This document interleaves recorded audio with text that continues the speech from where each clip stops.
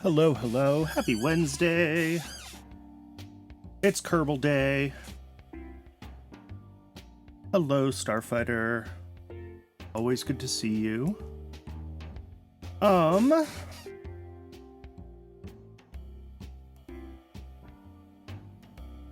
this is what I've got as my next steps. Yeah, recap time. So last time,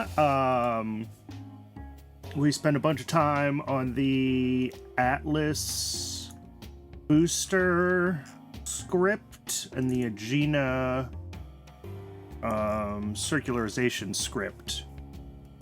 And with these, we were able to get very tight circular orbit for the navigation satellite contracts. I believe that I currently have those queued up. Yes, if we flip over to the game. I've got a bunch of these early nav network satellites queued up.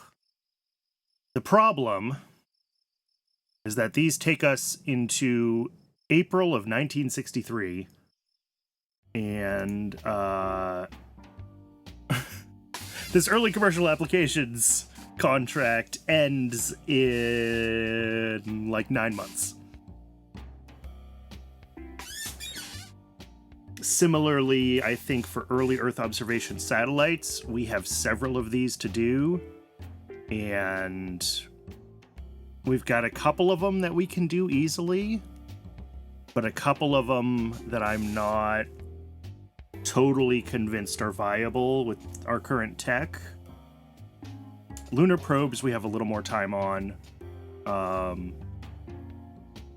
but this is going to take a lot of fooling around in the simulator and writing a lot of test code to figure out like the TLI burn and things like that.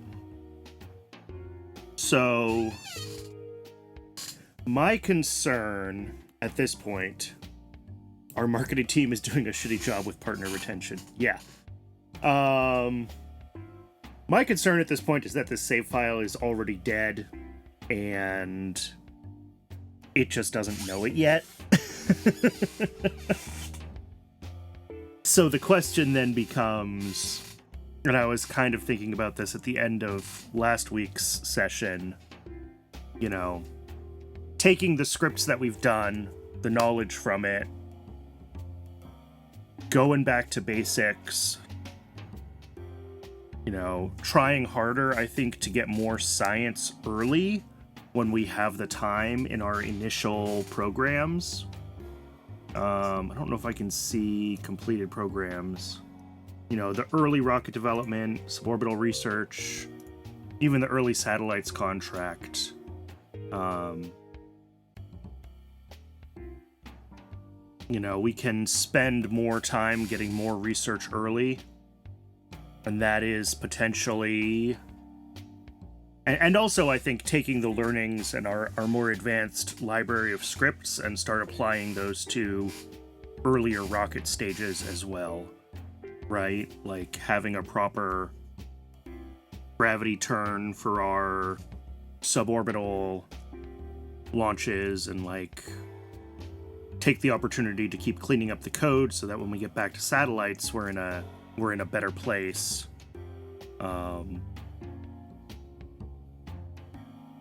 I don't know. That is the question I'm asking myself, is do we throw in the towel on this save and maybe take 2 minutes, well, it'll probably be closer to 10 minutes, update all my mods so we can have a clean start with all the latest bug fixes and then restart? Or do we keep pushing? And we've got 3 program slots left, so like we can always grab this crewed orbit contract and use it to keep paying for our current contracts that are about to, you know, run out of money.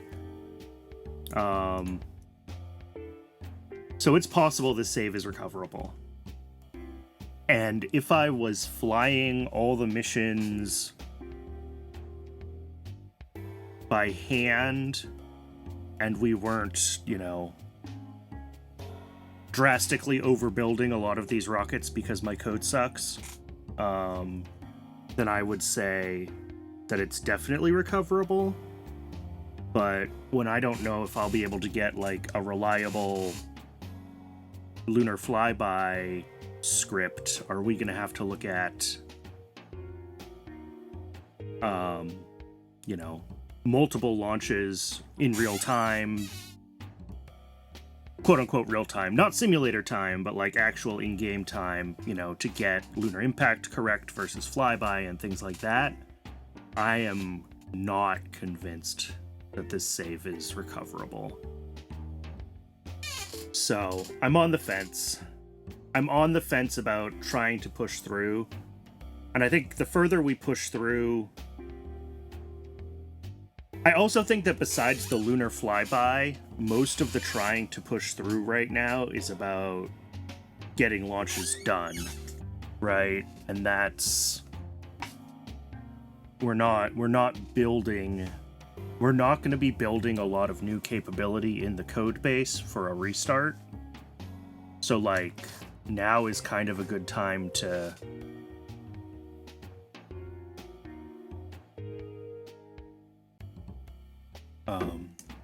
fold in that regard.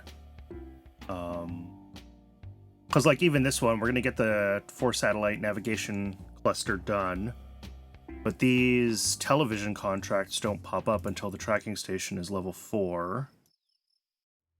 And that comes from Interplanetary? Yeah. Okay, which is the next one. But like this is, when we look at the, yeah, this is the 61 to 63 node, and we're in 1962. But like a lot of this stuff, I've got tech from the like 59 to 60, 59 orbit. Like I am really behind on tech, and that's only gonna get worse. I think.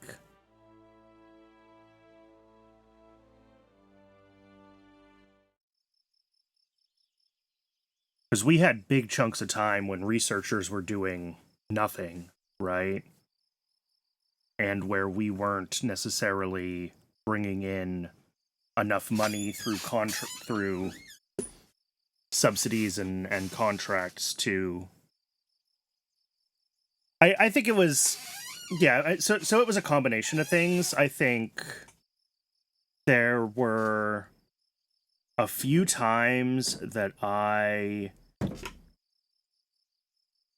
there were a couple of Kraken attacks. Like last session, I realized that the satellite for, which one was it? The Cherenkov radiation satellite, like orbital decayed, vanished during time warp. I don't know if that was, you know, it got tugged by something in Principia and actually crashed into the Earth, or what happened. Like I didn't get an alert for it. Or if it just bugged and vanished. And like that lost us however long it takes to build and launch an Atlas. They're not cheap. Couple of months, right? You know, if I go back, we almost certainly have a year or more of time loss over the, you know, whenever this starts is 55, 56,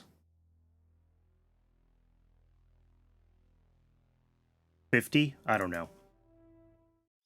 However long, like there's a bunch of time lost to stupid mistakes. There's definitely a lot of time lost to when we weren't running research and we just had to sit and fast forward to either get launches done to get tech and then wait for research to finish so that we could do the next launch. So like there was a ton of time where we weren't doing like research and building in parallel. Yeah, it would, I mean, I do have the save archives going all the way back to the start, so we can go back to, in theory, any week that I played. But I would probably start from the beginning if I was gonna restart. Just because, again, I want to update the mods as well. I'm sure there's bug fixes. There's a new Principia version out, I think, since I started. And, you know, if I check CCAN here, there's...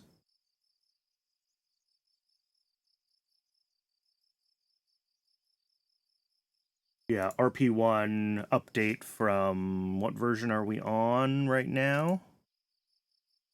3.19 to 3.21. Yeah. So... And also, Scopos has had... Oh, I'm on a very old... Because I set this save up back, apparently, at, like, the end of February, beginning of March. And I know Scopos has had some big bug fixes since then. I'm actually wondering if one of the things that I've seen in-game that I was concerned about is one of those bugs that got fixed, which I should check. Because I noticed in Mission Control last time, if I find commercial applications, all of these have all of these unknown parameters from Scopos. And that makes me concerned that actually this save is just borked anyway from the bad version of RP-1.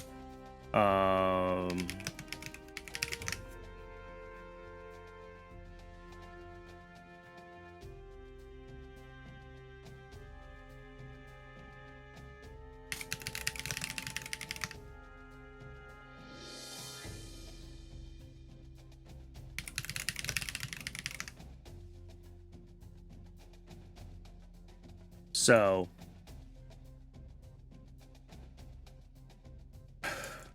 I mean, I could definitely try to push through. We can get the, you know, it might be fun to get the nav satellites in orbit and just see where we're at. You know, I don't think it'll take very long in real time. We're going to be fast forwarding to each launch, right?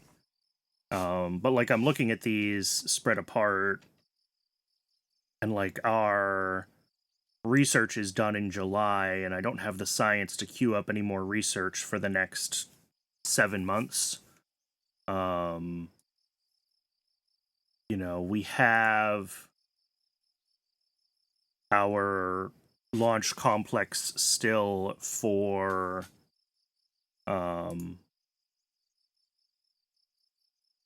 Thor-based launches, but I don't think there's much that I can do with a Thor. You know, we should be able to do the suborbital. But that was... I was having issues with this being unstable. I messed with the fairing shape a little bit and didn't simulate it, and that was my fault. But, like, looking back at it, you know, I'm having issues with the center of mass versus the center of lift on the Thor with a light payload and this large fairing at the front by open, actually, center of mass. Yeah, that's a problem. So, like, fixing this with light payloads is gonna be difficult for this rocket. And I don't know that it's worth messing with to try to get this contract to work when I feel like the save is probably already dead.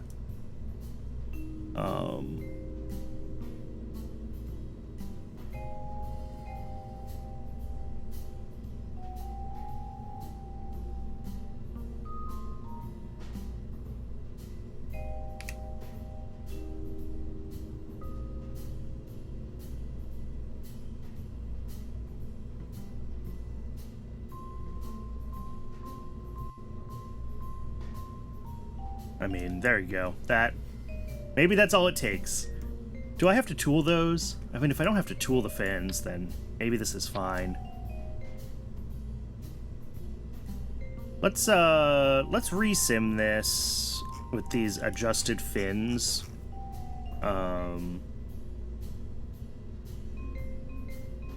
Because if this can finish the suborbital reentry contract,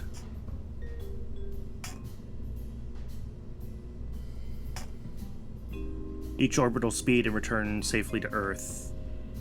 Yeah, this one.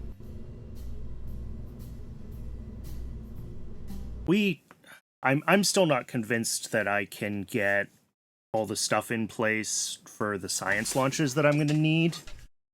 Like, I'm not sure if that was not staged correctly. I'm still not convinced that I'll get the science launches to be able to boost research, and given how far behind on the programs we are. But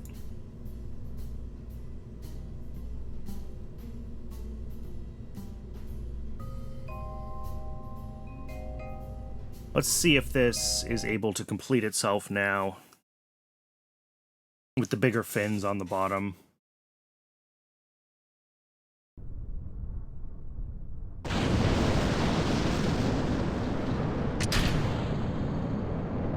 Those fins are ridiculous, by the way.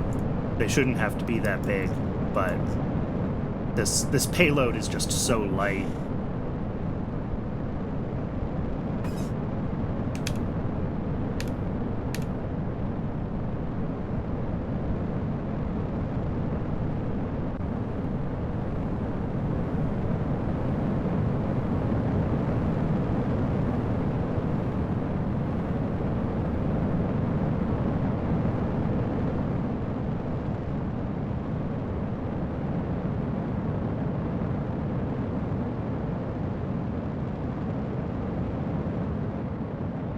They're amazing the way they are. Yeah.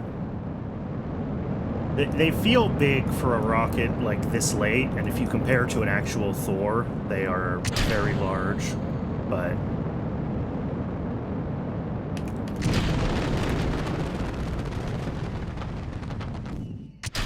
Well, it does seem like it's aerodynamically stable now, at least.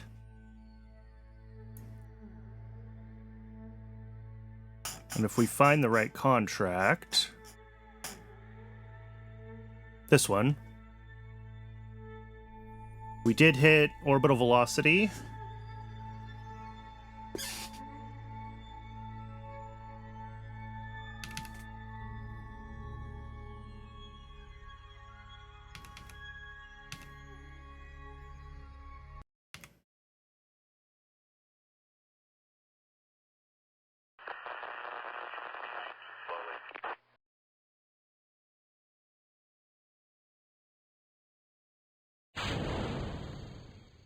Yeah. And this is mostly passively... I mean, this is totally passively stable as well. I tested this re-entry capsule at the end of last session.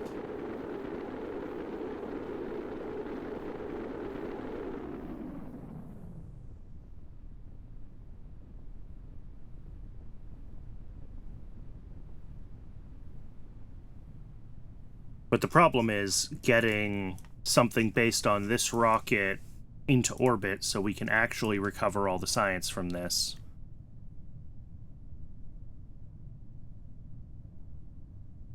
Because biosample 2 in space low is a, day-long sample duration.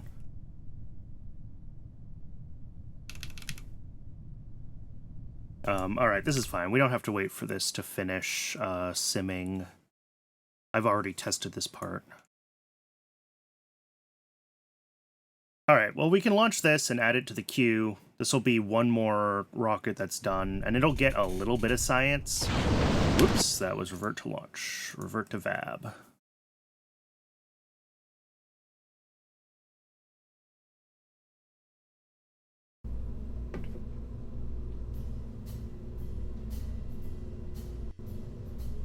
Alright.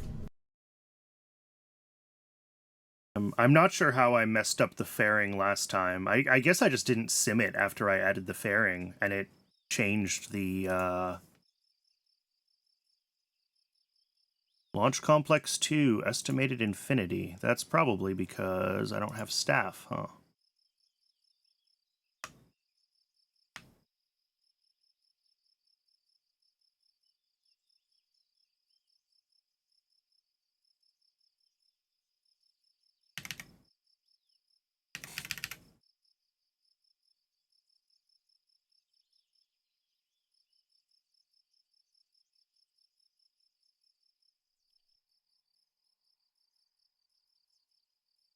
Oh, well, this is going to be a problem anyway.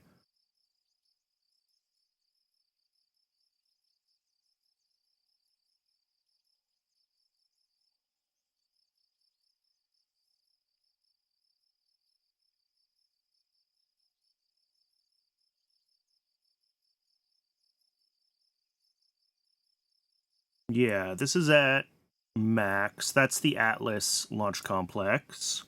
Hangar has nobody at it. Yeah, I really don't have the funding to staff both launch complexes. That's an issue, too. I mean, I guess I could fire a bunch of researchers, which I hate to do. There we go. Well, our tech is now more interspersed with our Ugh. Our tech is now more interspersed with our launches, that's for sure.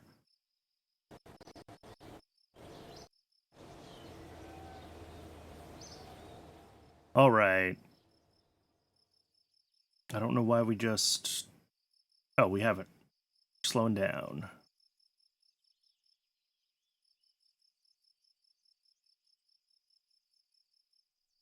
Oop. Jack Parsons. Somebody retired.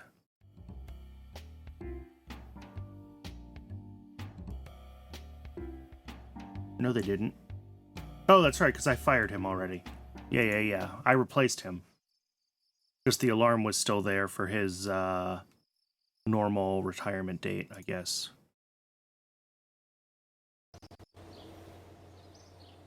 Alright, interplanetary comms means that I can upgrade this to level 4. Oof.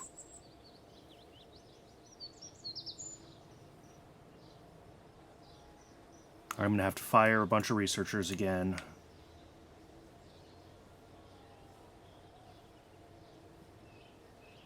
Ouch!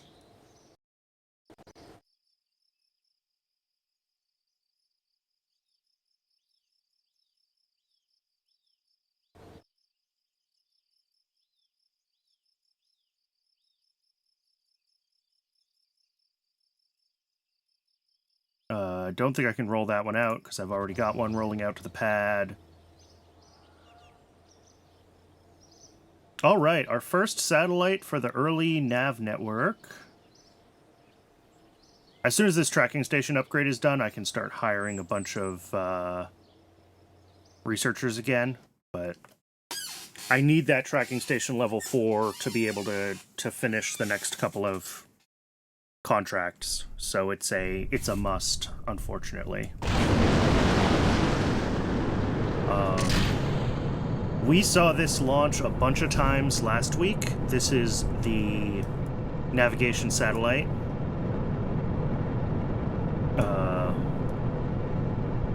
Vessel, not any of the other ones.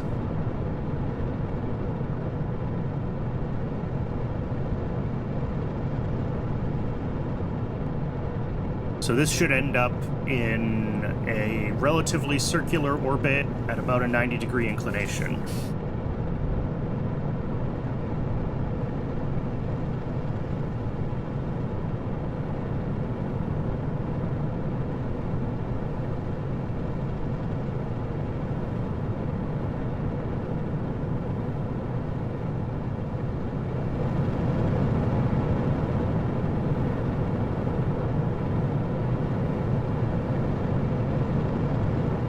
Look at all the glorious trigonometry at work. Yes.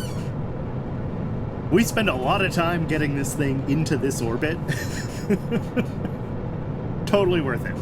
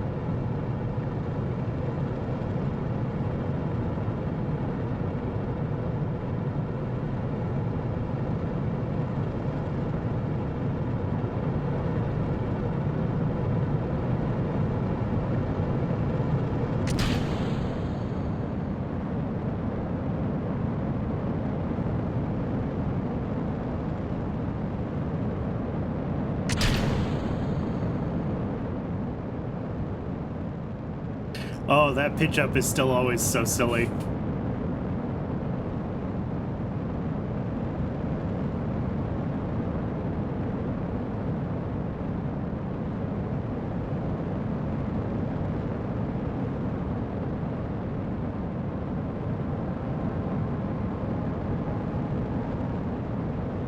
Pretty sure this still should be like an arctangent, but it also needs a scaling factor somehow, and...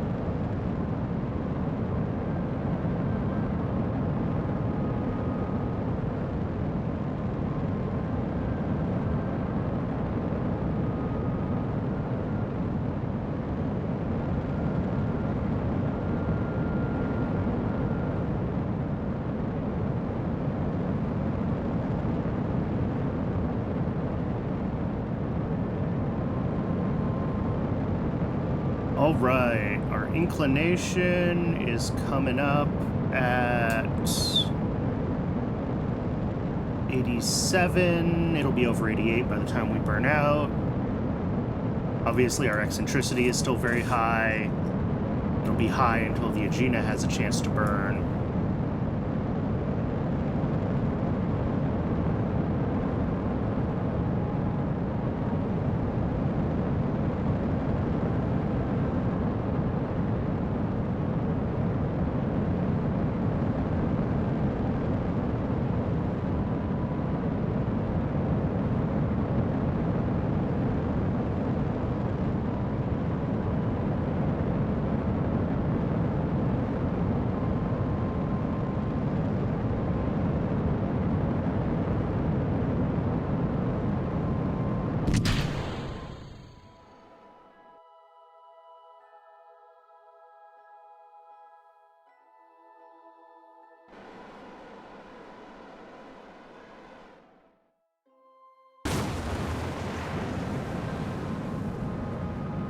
That's bad. I thought we fixed this.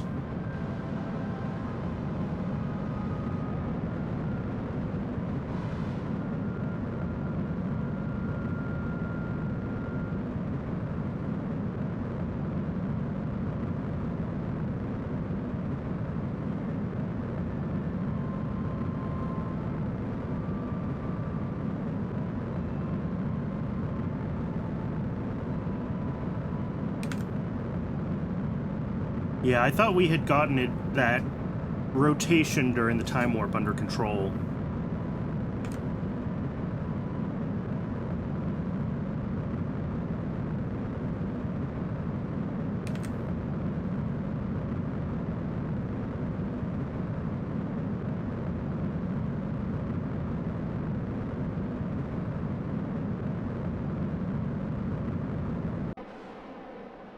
All right, there we go.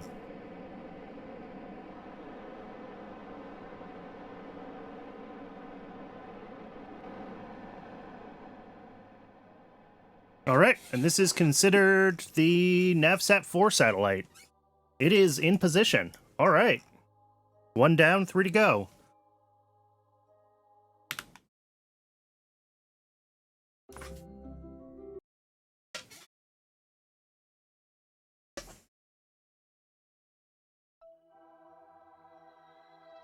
Beautiful. Look at that.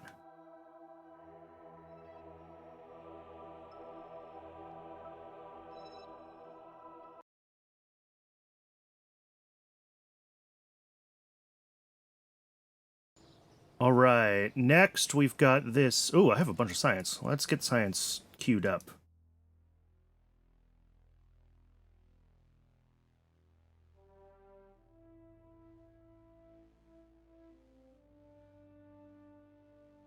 Let's have This has an LR79 upgrade in it. It has a Gina upgrades. All right, yeah, we should get this queued up. And I think we do want this solids node.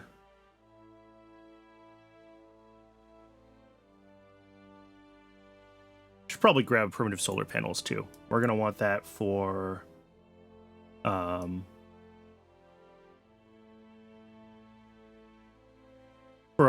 our lunar probes. We're gonna want better solar panel tech. Get ourselves up to 1958 solar panel tech.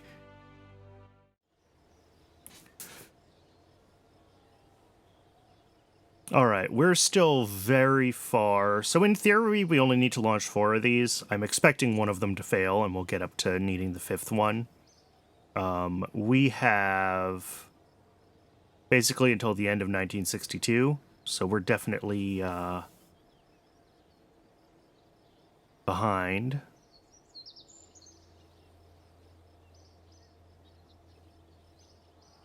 Let's get the rollout done here. Warp to morning. All right, this is the suborbital re-entry test vehicle. This should unlock the contract for the orbital photo whatever.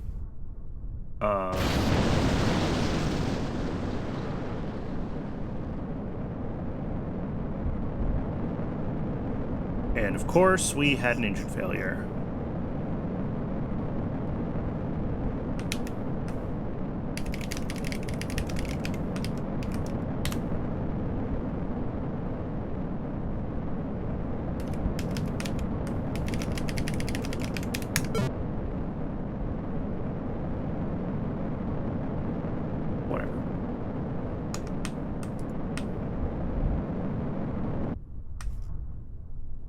All right. Well, it was an engine failure.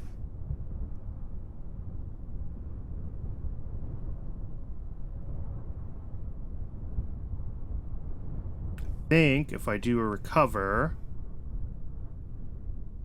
we can repair failures.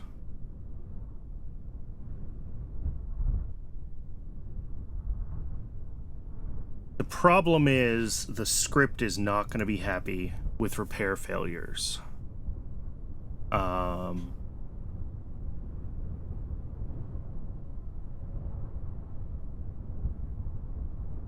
think if I put another stage here,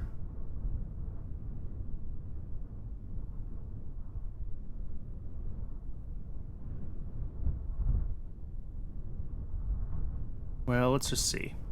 Warp to complete. There we go.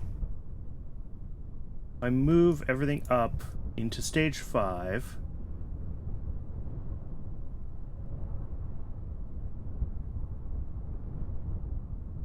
Run 0.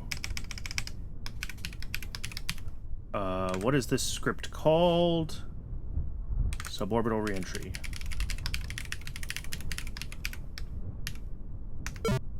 Nope.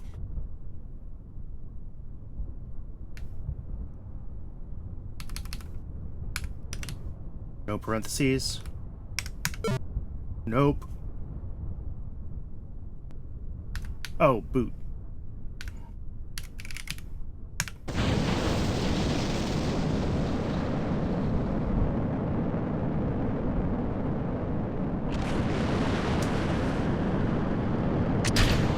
All right, there we go. I have no idea what turned on this NavHUD thing. There we go.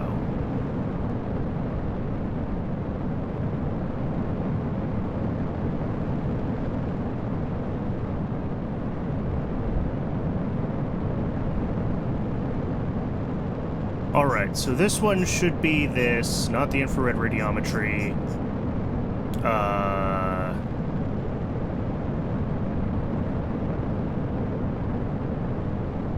Orbital speed and return safely.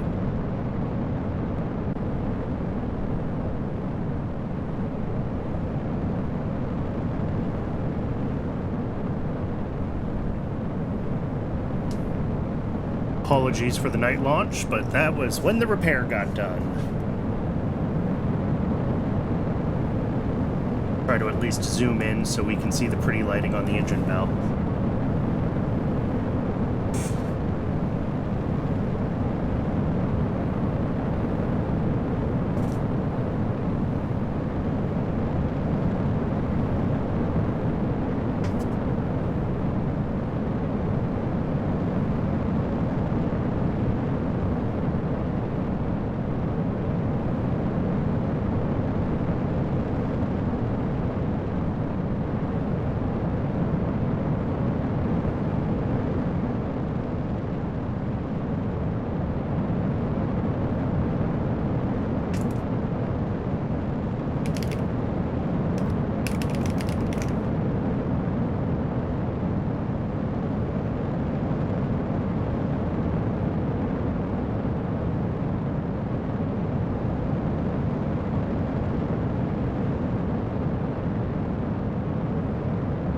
Yeah.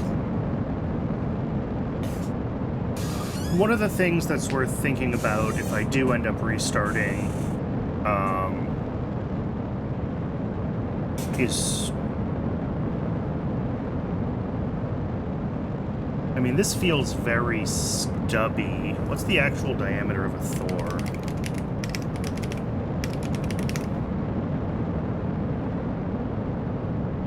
.44 meters, 8 feet. But I guess the Thor was also kind of funny shaped. So this, I think, is 2.5 meters. And I think it's part of why it's been a problematic underpowered stage for me, is that it's just too wide.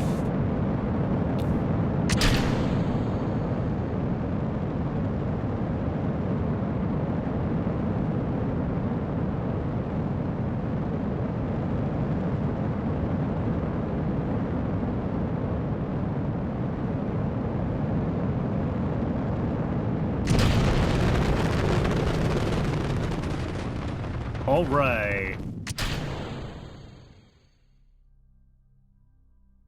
Surface speed greater than... Really? Did we not hit...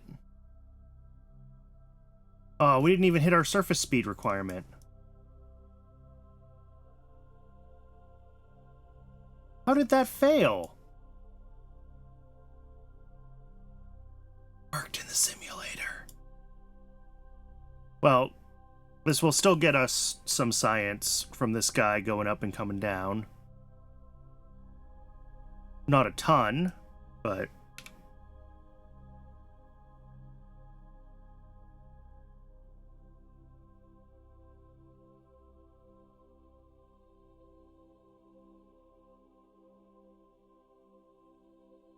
Oh, that's pretty.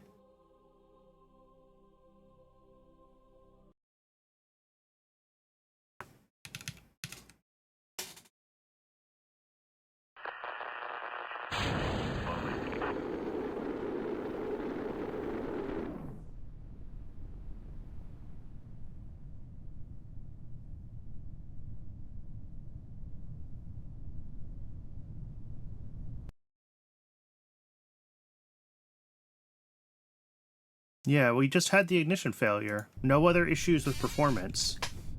I mean, there's lots of performance variation with solids and things like that in RP-1, so it still could have been nominal, but we're just right on the edge of being able to hit this with this vessel. So I might tweak it before I launch the next one. I might see if I can put a more powerful kick solid on there instead of whatever I've got on right now.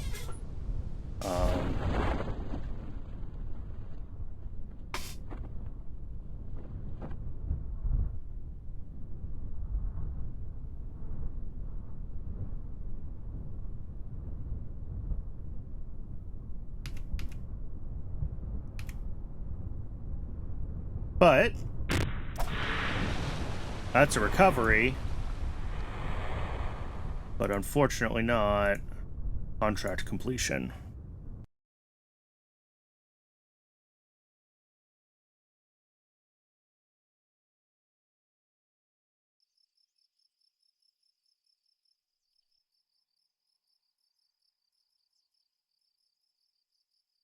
All right. Let's see if we can give this thing a couple hundred more meters a second at delta V. That's all it needs. It doesn't need to be a significant amount. So right now, what's our total? 8276. Let's see if we put on like a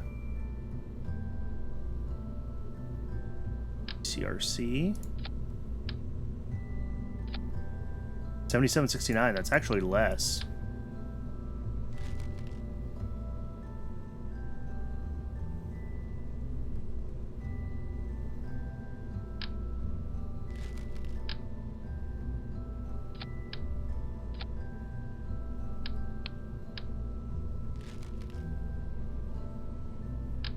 Is there a variant of this? Does this have upgrades?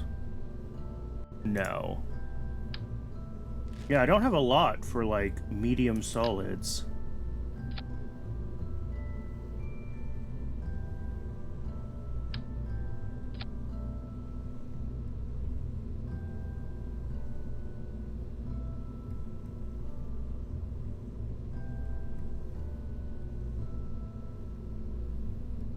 It's 8109.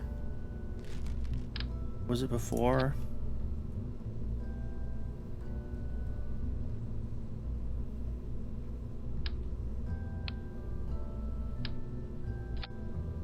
Yeah, 8276 with 540 in this stage. Okay.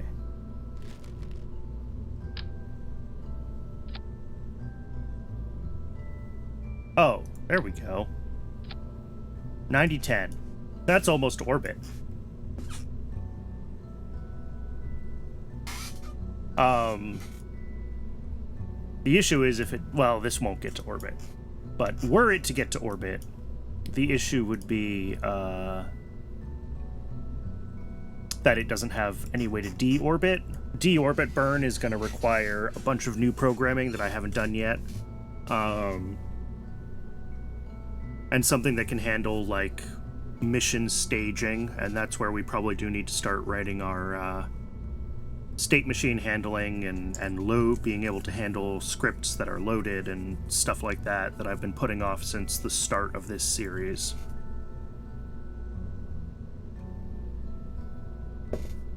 But let's double check our mast and our lift. That looks fine. So it should be fairly simple. Yeah, exactly. I guess I should sim this, huh? Just to be on the safe side.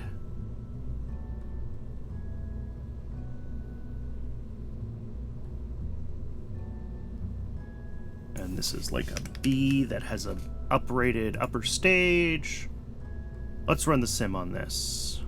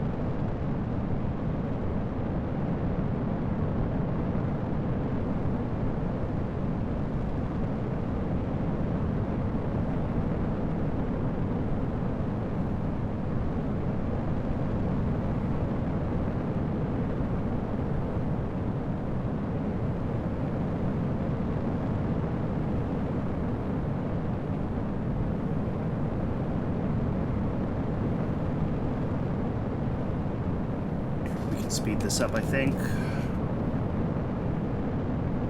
It seemed to do fine sped up, so I don't think there's any reason not to speed up the sim.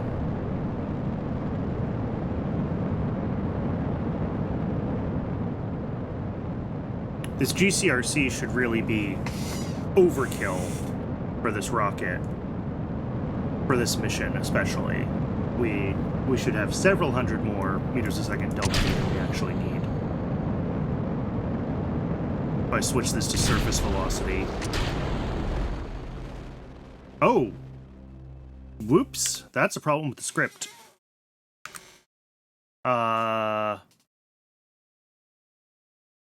Revert to VAB. I need to update this script for the burn time of that solid. The suborbital reentry script. It just has this weight 5, and that is wrong for this bigger solid.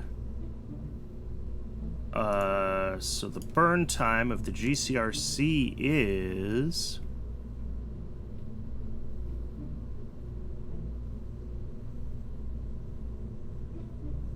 "33 seconds." Okay. So we'll wait like 40. And that should be plenty.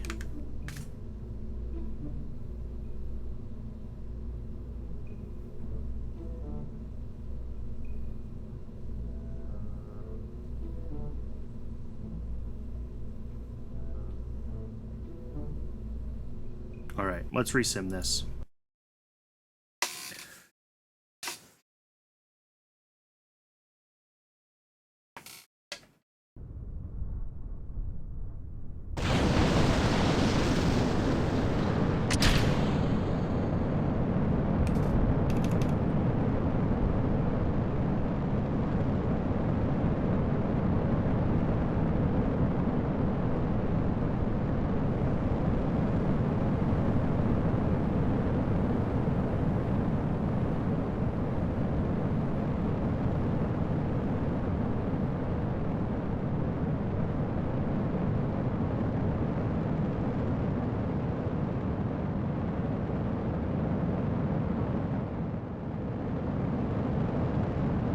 So if this looks good on sim, then I think we can,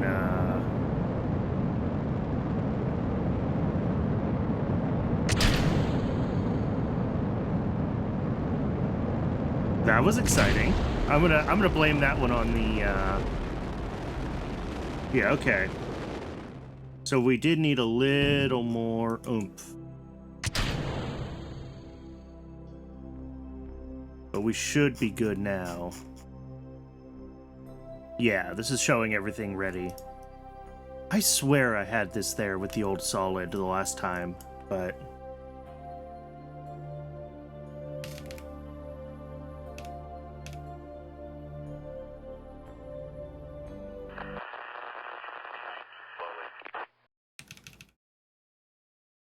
Then we should hear it make a noise at 75. Yep, that's it. Arming the parachute.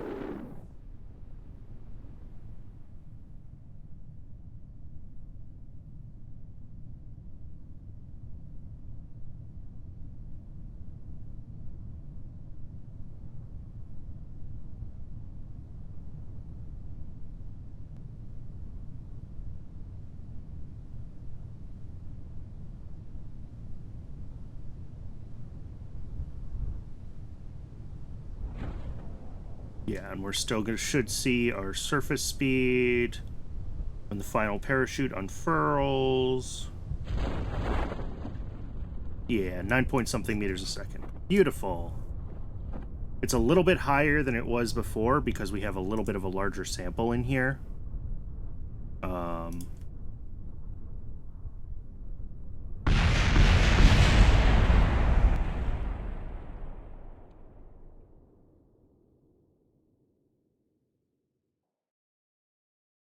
I'm gonna rerun that. That should have just been because I was in time warp. Like, I think it'll be fine if it's not in time warp. But I want to double check.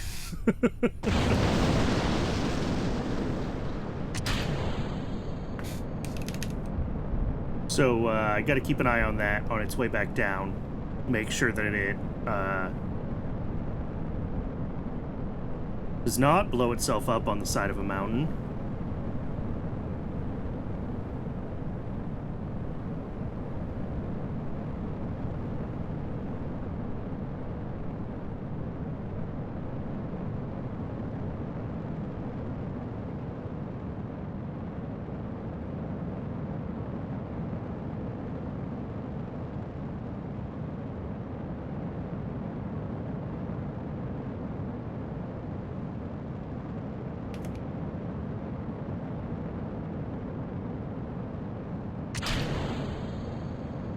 Alright, and I'm gonna let it do these parts at 1x, and then I'll speed it back up again when the second stage fires.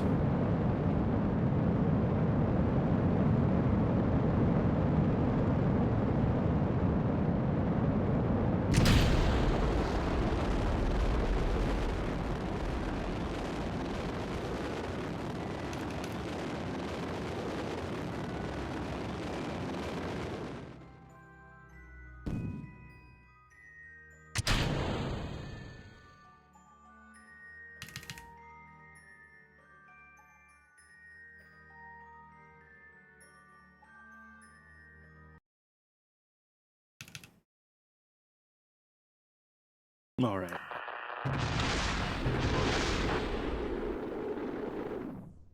Well, that was also way too fast-forwarded. I need to be a little more patient.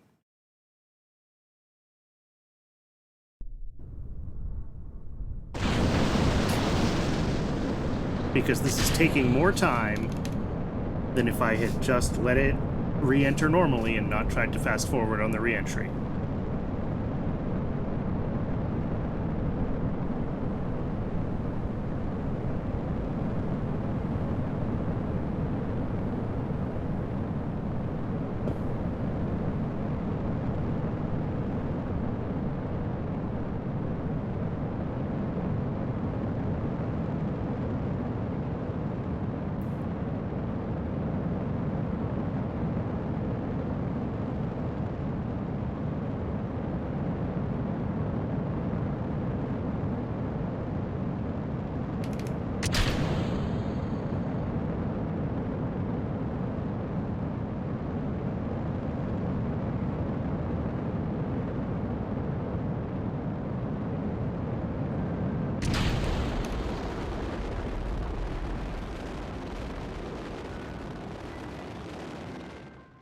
I mean, we also are definitely coming in hotter with this stage than we would have been with the previous engine, so...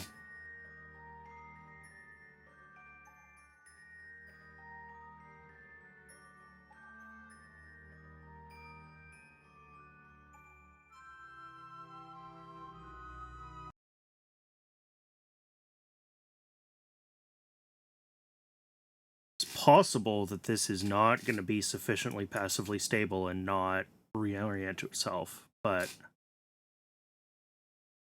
try it not fast forwarded and see if it can stabilize. Yeah, it stabilizes fine when it's not fast forwarded. Okay.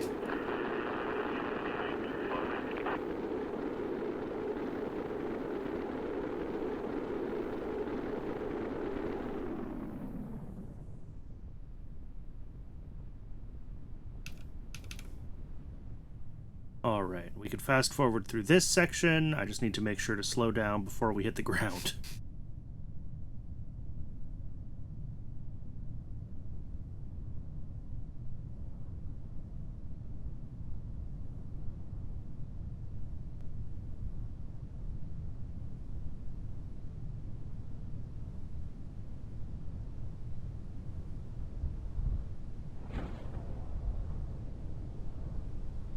Because 9 point something should be good enough.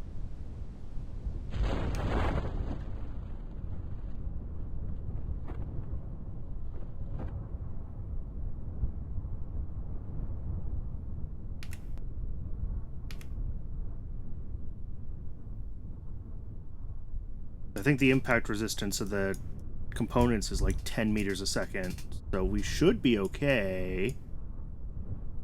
As long as we're not fast forwarding. I hope. Yeah, it's fine. And that should be contract complete. Cool.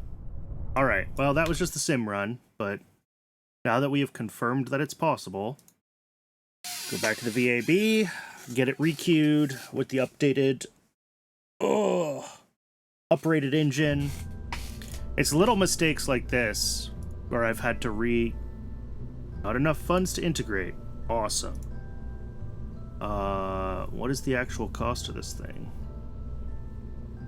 $32.30. Okay.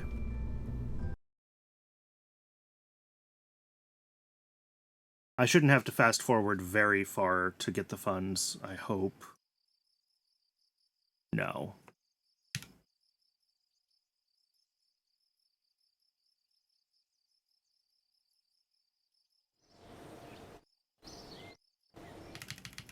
Oop, and something just took a chunk of money out of the account.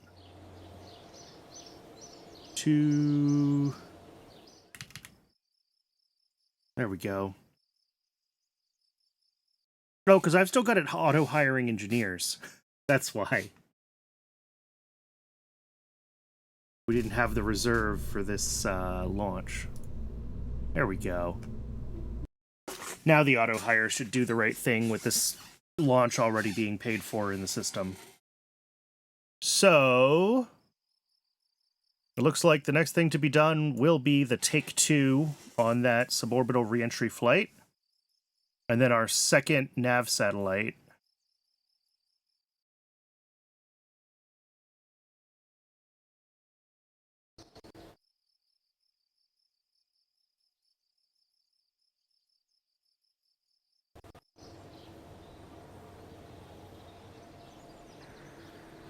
Okay, let this go.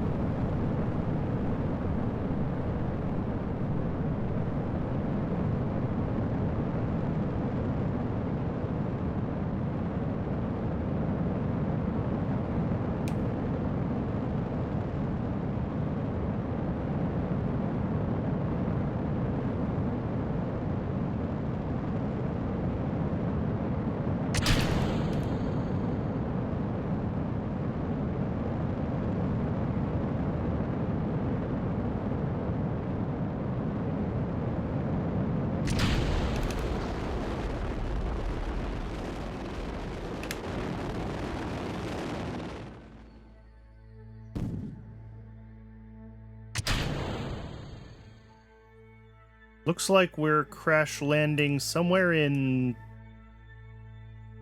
I don't know, the far side of Africa? Hard to tell without lights. Yeah, there's Johannesburg.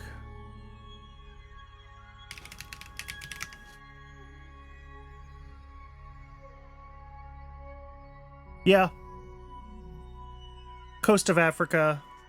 Not too far from Madagascar, because our re-entry is going to pull us in a little bit. So.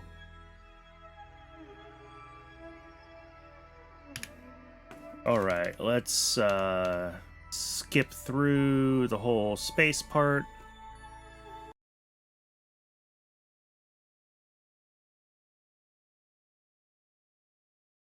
I don't want to be fast forwarding here because I do want it to try to get a re-entry. Ooh. Well, there goes the parachute. Okay.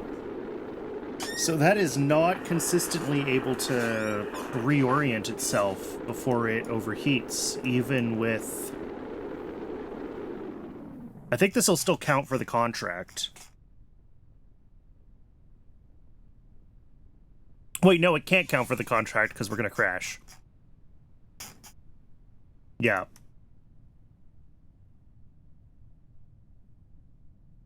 Unfortunately, this is a failed mission. Because we just came in at the slight wrong angle there and didn't stabilize. Which is probably a sign that this is not a well-designed re-entry capsule, which, like, I knew. But...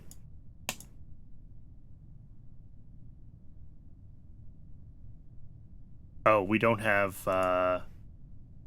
control, so I can't even detonate it. We're gonna have to watch it crash the old-fashioned way.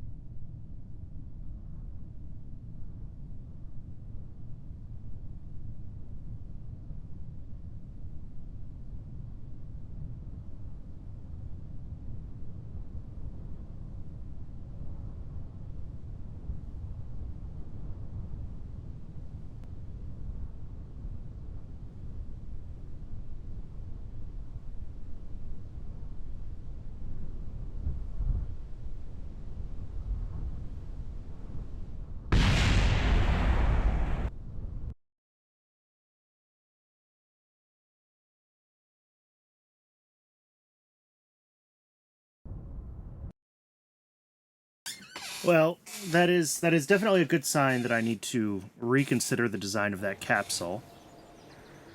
It worked in the sim, but I'm probably going to have to, I don't know, do I just add another one to the queue and hope that eventually one of them works, or do I screw with it? No, not enough funds to integrate, yep.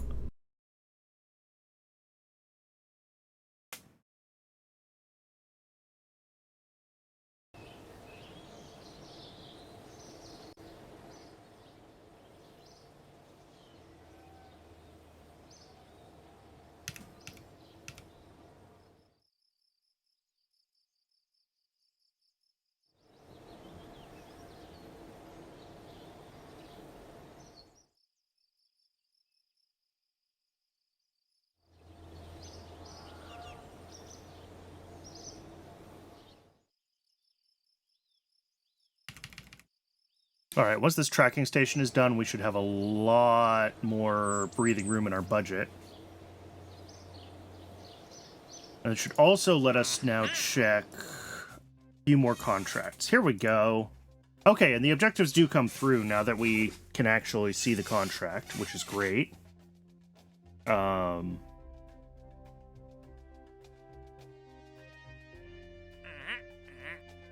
And we have a bunch of these other early commercial applications, optional contracts as well. All right.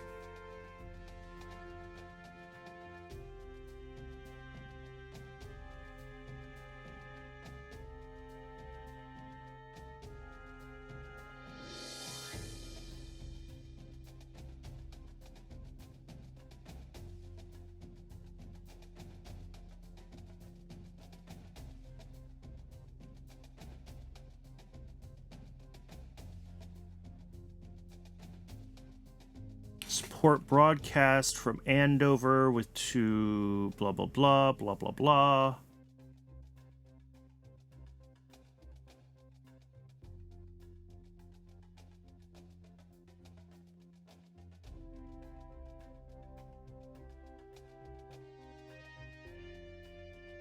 All right.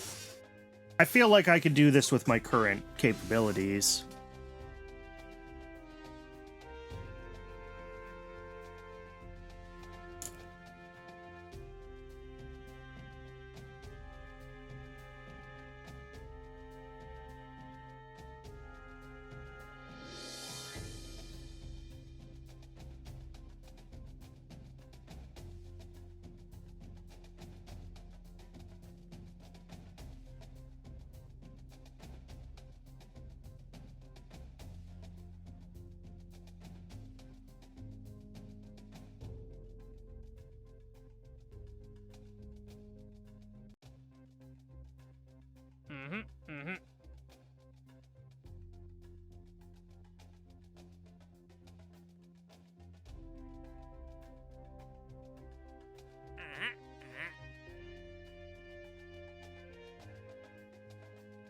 Yeah. These, I mean, I'm not sure how, like, the latency stuff works with real antennas. But other than that, like, the data rate, 24 megabits per second.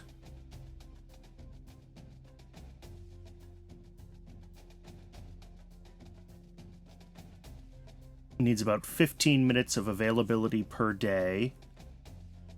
All right. The latency has got to be around making sure that we're not in, like, a super high orbit, right? There's maximum latencies there.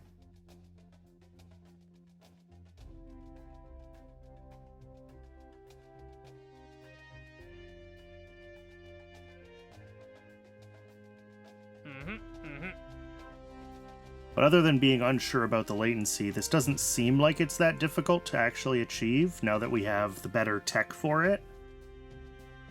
I'm just, you know, it's already September of 1962 and these contracts are Oh, we need 2 of them done. Okay. But we could potentially build one satellite that's able to run both transatlantic and transpacific. I'm not sure.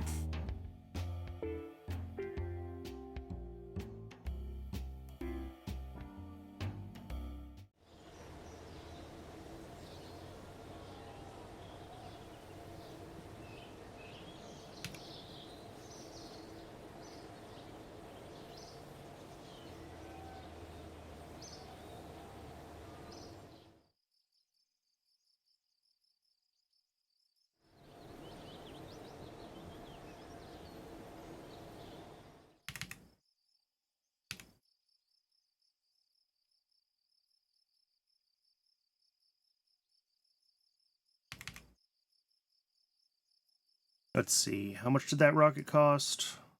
Warp to more. Oh no!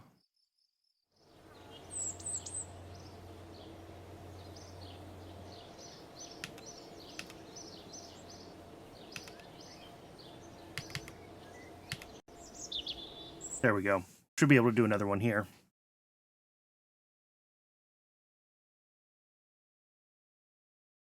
I'm really concerned that this is still just a dead save walking. I'll try again with this, but I think I don't see us being able to finish the transatlantic satellites anytime soon. Like, we're already on the downslope of our funding for Earth observation, and we are way behind on these. Infrared radiometry we can do, but it needs an atlas with my current vessels, and those are just too big.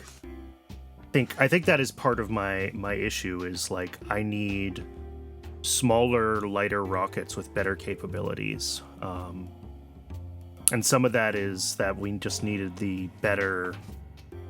some of the better scripts that I finally took the time to write. Some of it is, you know, some technology choices. But, like, I should be able to be getting most of these small satellites into orbit with a Thor, right? The fact that I'm needing to use an Atlas for a lot of this stuff is a big part of the problem. And that's, you know, a quote-unquote recent problem, but it's also the past several years in game, right? So. Okay, well, it's an hour in. Twitch is telling me that it is ad o'clock, so I'm going to let the ads run, stretch my legs, warm up my tea, and I will see everybody in 3 minutes, and we will get the next couple of launches done, and we'll see how far in the hole we're looking after a couple more launches, but my suspicion is that this is a dead save walking. I haven't convinced myself over the course of these launches that we're going to catch up. So that's where we're at right now. But we'll see what we can get done in a few more minutes at least.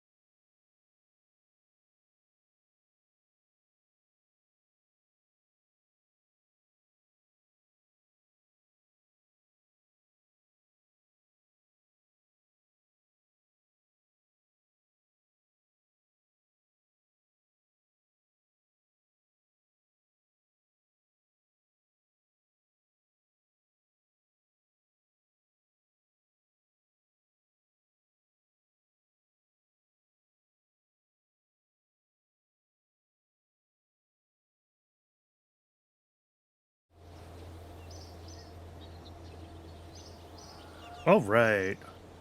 We are ready to do another one of these early nav network launches. This is number 2.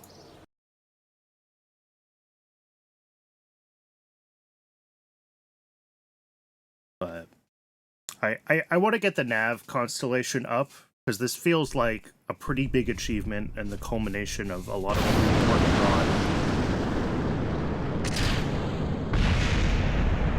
Yeah!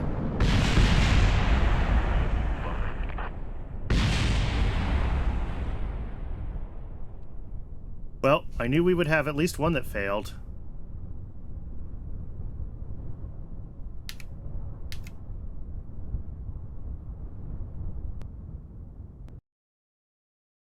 As I was saying, this feels like the culmination of a bunch of what we've been working on, and I do want to get this nav satellite. We already have an extra one in the queue, by the way, so we're okay with this failure. I want to get this nav satellite constellation done, and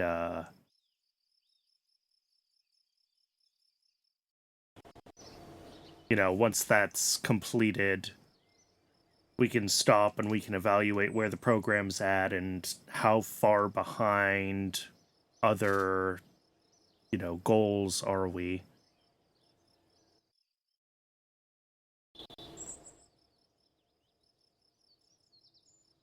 But I think realistically, the only way to try to save this program is to grab the Crude Orbit program and push hard on this and just accept that I've got these old program slots taking up time and draining my funds. You know, these are going to be taking up slots that I can't do anything else with, which is going to slow down progress on other things. But if we rush Crude Orbit, we might be able to save it. We got to get the tech for this, though, and that probably means getting recoverable satellites sorted out. And again, I'm not sure that I've like designed the right launch systems to be able to launch those efficiently. If I have to launch an atlas for every single recoverable satellite, then like we're in a pretty bad place, unfortunately.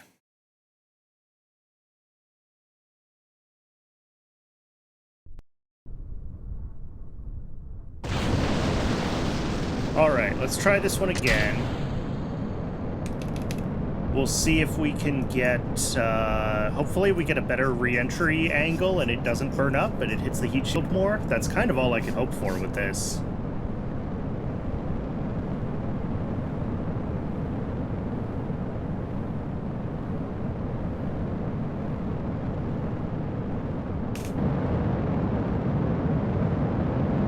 Oh, we might actually manage to land during the day, though. That would be nice.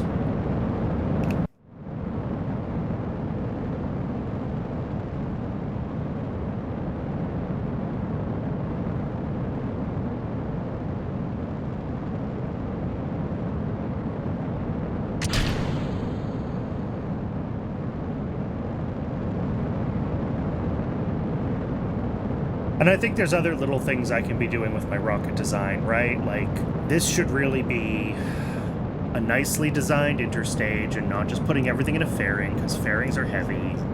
And, like, I'm leaving performance on the table with my rocket designs. And I think especially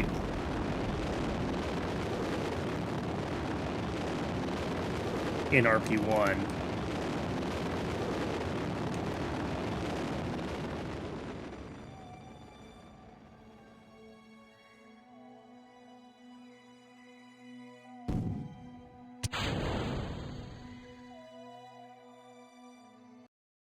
all right, we're coming in not great. This looks pretty comparable to last time.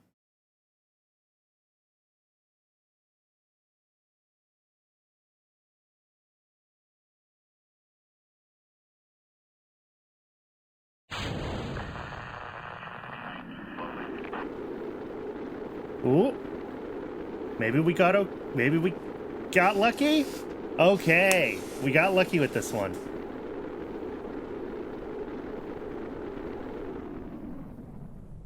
Beautiful.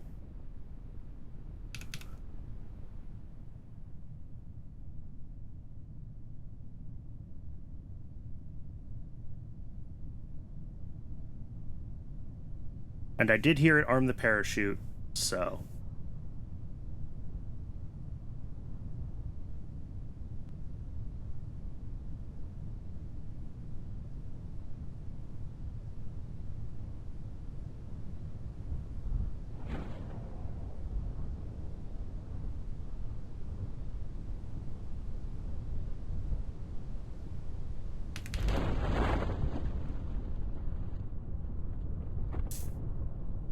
Just have to make sure that I untime warp in a timely manner.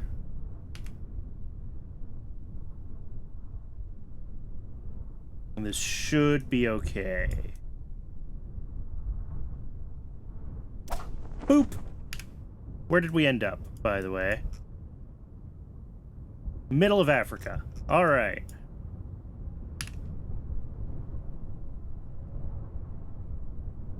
And completed the contract. Excellent.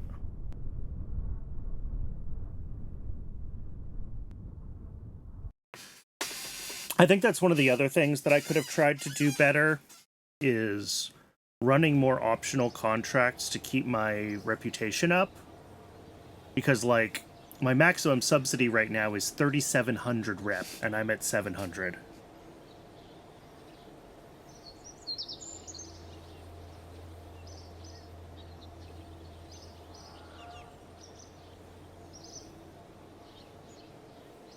So, yeah, this is what tells me that I've been doing something wrong, is the subsidy issue and how low my subsidy is.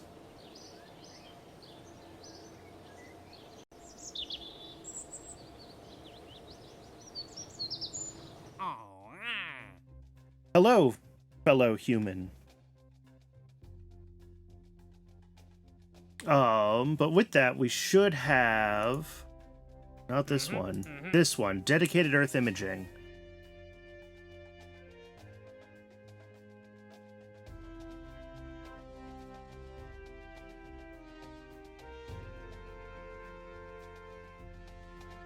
But yeah, like, Keyhole 1 was on a Thor Regina, and I should be able to fly that on my Thor, but... This is, yeah, Real Solar System, Realistic Progression, pack, and, Principia N-Body Physics.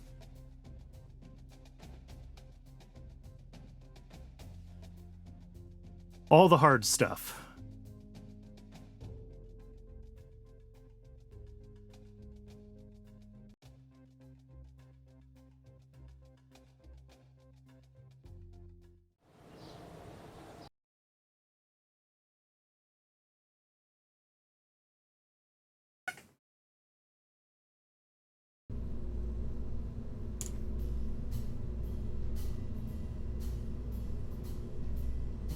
Do I have this Thor Regina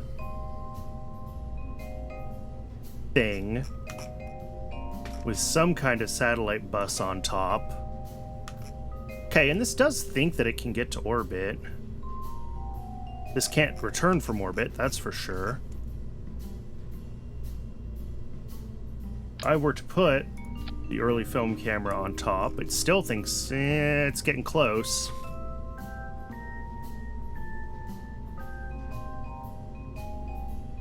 Managed to screw up a pole mission. I mean, pole's not easy.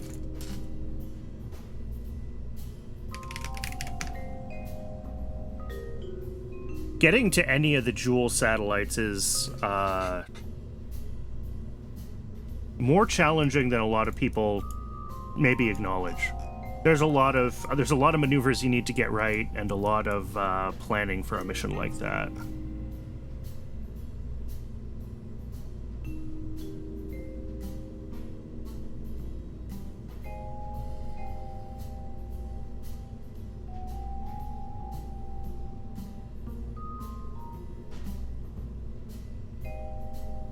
Starlink does it every few days, yeah. Let's see, where is the avionics configure? So this is...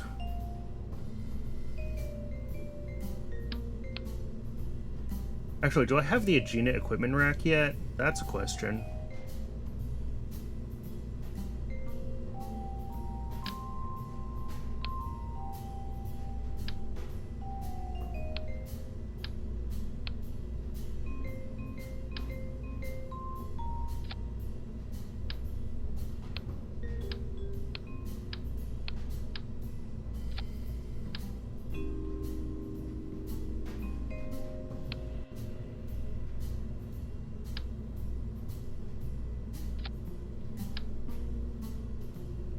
Come on. Datch. Oh, you want to. No, you want to. It really doesn't want to.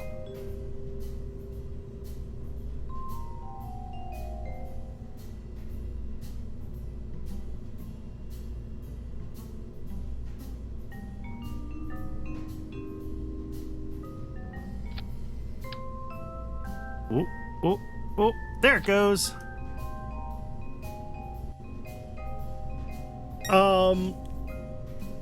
There's definitely a bunch of early crude science that we can get, but the problem is we're behind on the tech for crude science as well.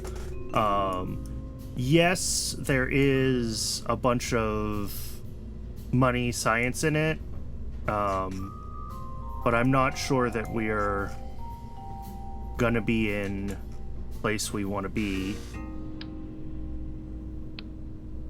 Let's actually do this. Let's reroute to this core. Get rid of all of this. If I put the camera back on top of this...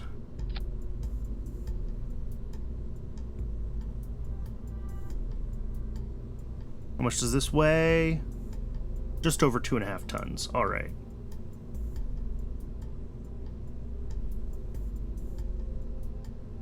So if this is deep space avionics, controllable mass, 3 tons, I don't know, 500 kilojoules.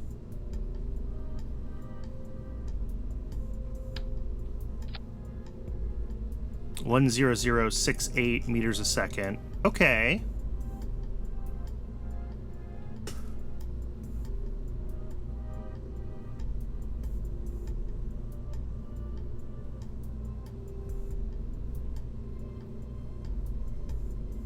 So the only thing we need from this now is to design a return capsule.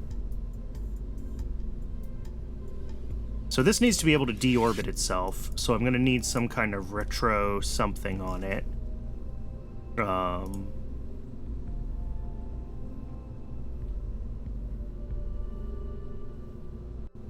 we don't want nitrogen, we want nitrous oxide?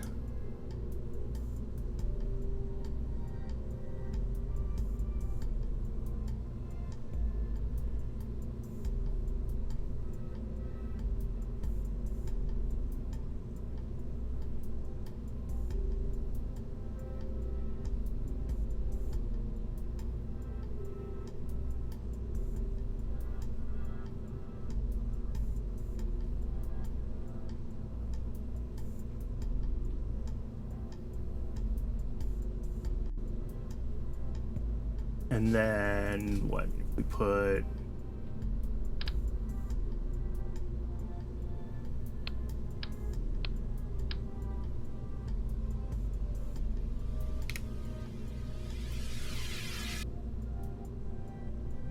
Solar panels on it. Probably not the right solar panels, but that's fine. Just think it has power. Just thinks it has power for 2 hours. But I bet that doesn't include...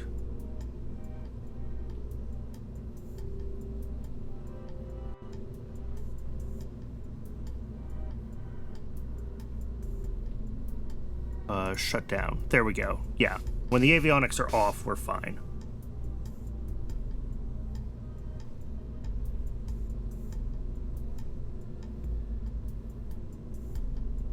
So, in theory,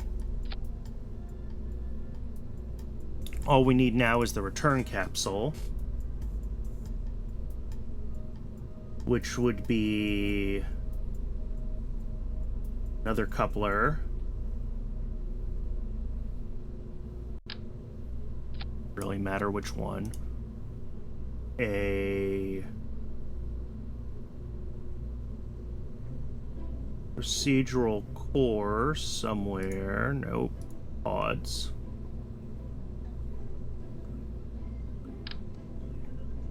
Yeah, I should really use this kind. And a heat shield.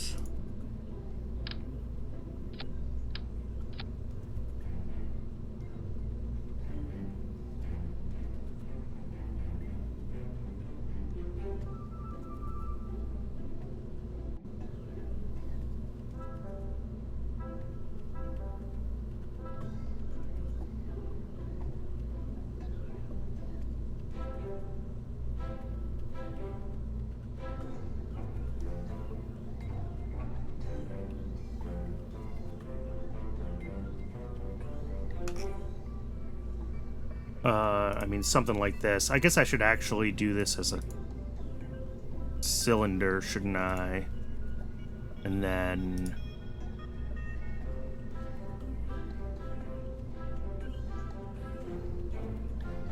put on the parachute. Which is silly large. Let's reroute there.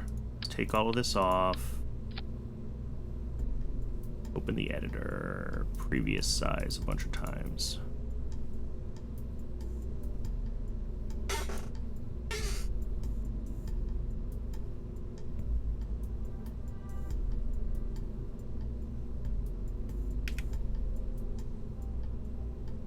Let's see. 0 spares. Wanted touchdown speed, 8 meters a second.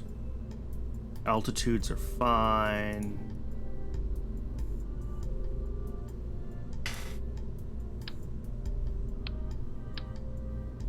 Alright. So in theory, as long as the Aegina can get us out of orbit, and I probably will need some, like, retro somethings for that. But this is down to, like, 9,600 already.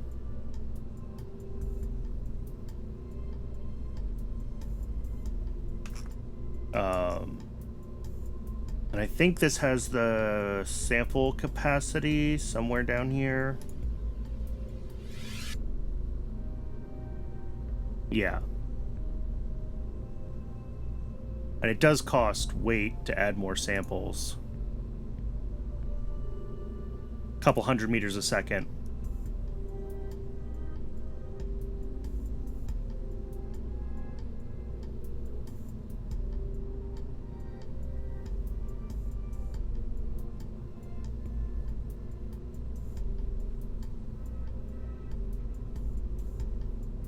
So this is something like what we would need to build, except that it needs to be a lot lighter. Oh, and this doesn't even have... Oh, this is the ISO grid. Well, that's part of the problem. Okay, this has the wrong...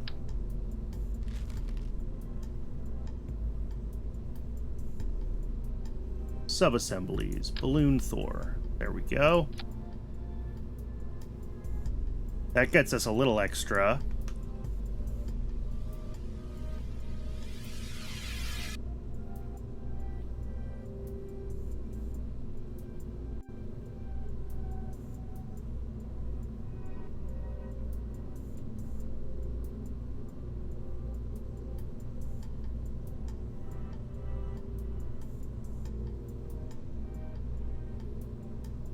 Yeah, Aegina A... This is like the real capacity, because I think we probably have, yeah, 180-second burn time for like the full operational Aegina. There we go. That looks more like an Aegina, doesn't it?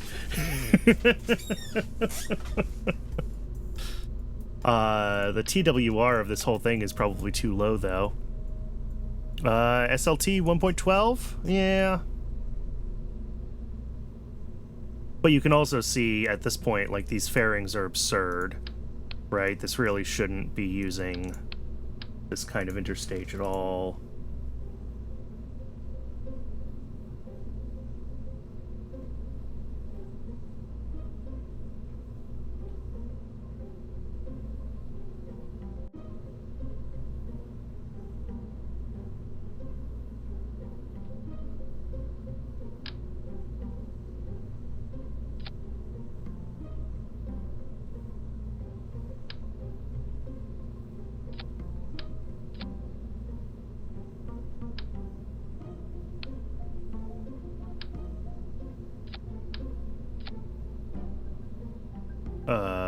Let's see. Base size is 2.5.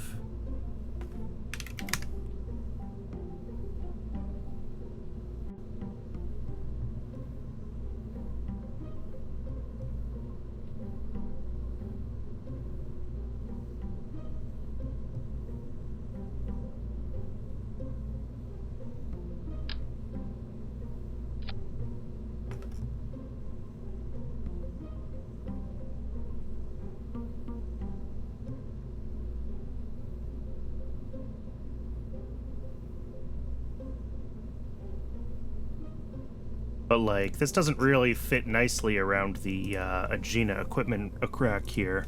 What is the Aegina's actual diameter?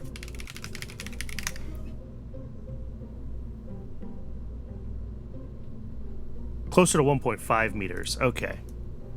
Yeah. So if I made these 1.5, we'd have the extra space around the equipment rack. And then I could make this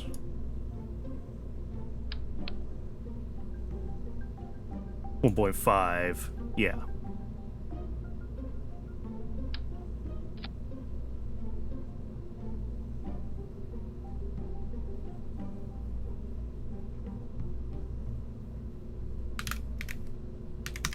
Something like that.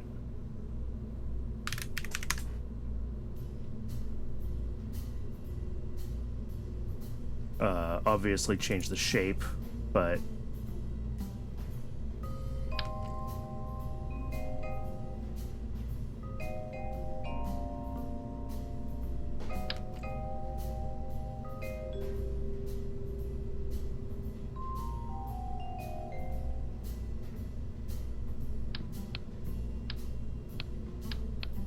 oh, how did those get out of symmetry? Ugh.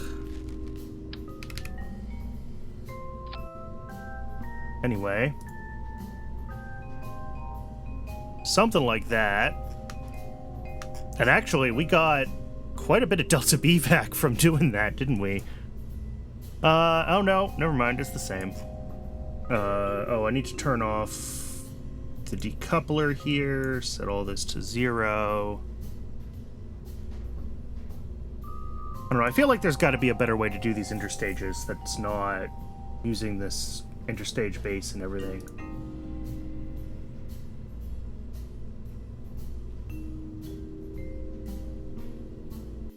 There is, I haven't found it yet.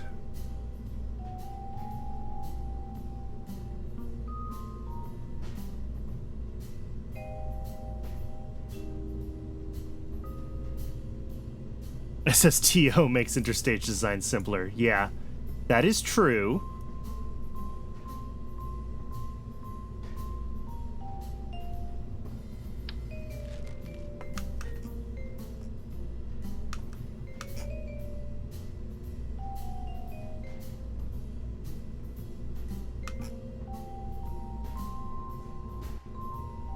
But this is starting to look a little bit less totally absurd.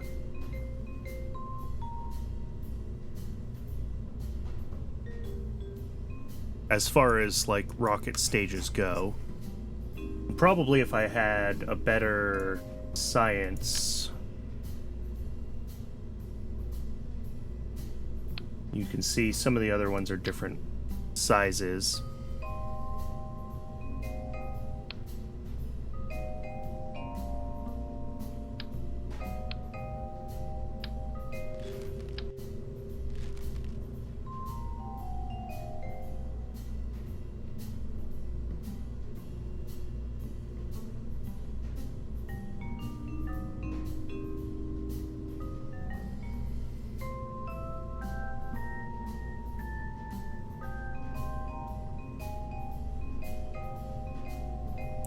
Yeah, this might make it to orbit, but it's not going to deorbit, that's for sure. I think even with the uprated Agena engine, we only have one ignition. Yeah.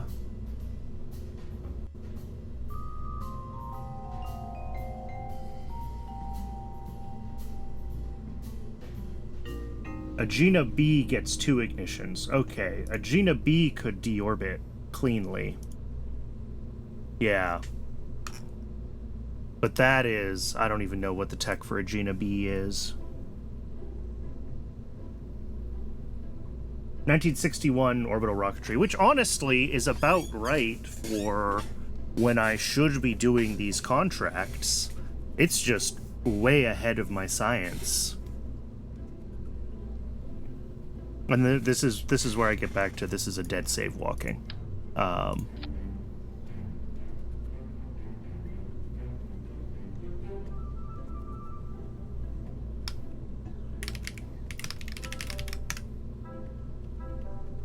And, like, if I look at 61 orbital rocketry and upgrade our LR-79 as well to whatever I can get at that stage...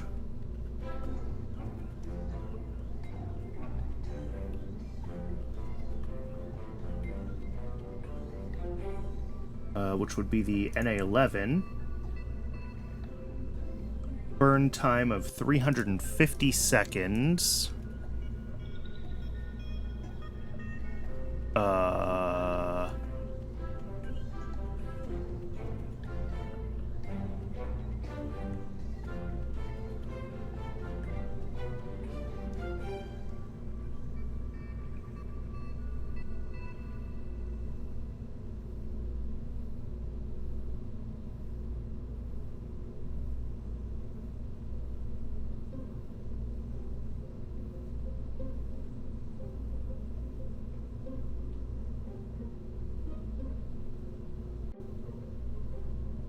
There we go. 158, and it's rated for... Oh, and the Agena is also not getting its full burn either. What did this say it's rated for now when it's fully upgraded? 165, okay.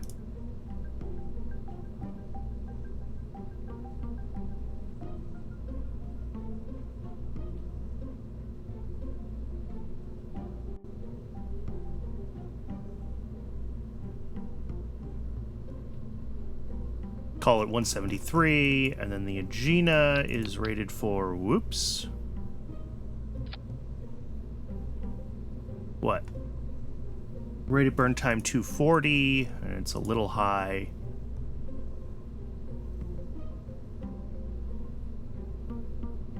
Whatever, make it a nice round number. You know, it's actually 198 meters a second. 1.1 sea level thrust.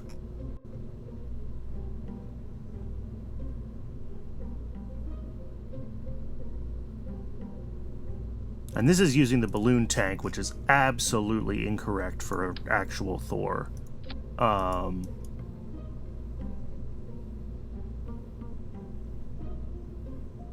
Tank type.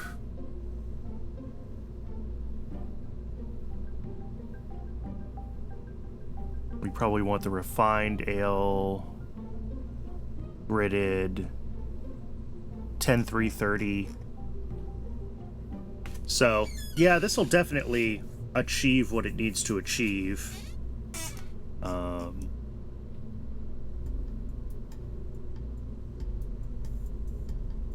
But it's expensive, and balloon tanks have integration costs, and I shouldn't have ended up using them on my Thor. That was me getting lazy with my design.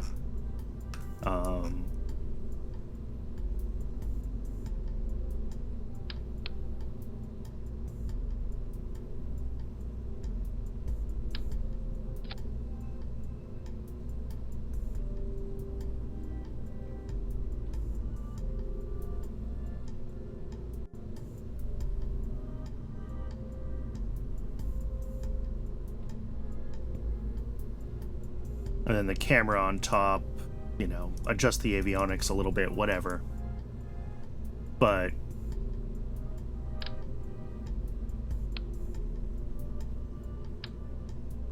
you can see, if I reroute there, how the PH-03 just fits on top of the Aegina like that.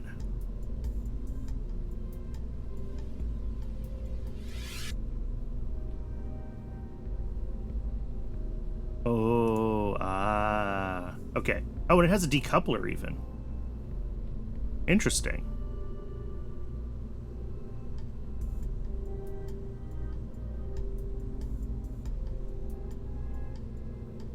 Which I assume is at the top for the return pod.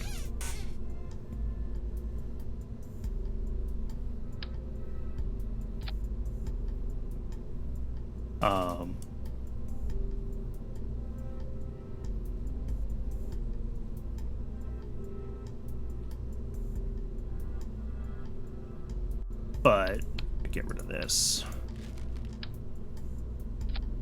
Reroute again back to our proper thing.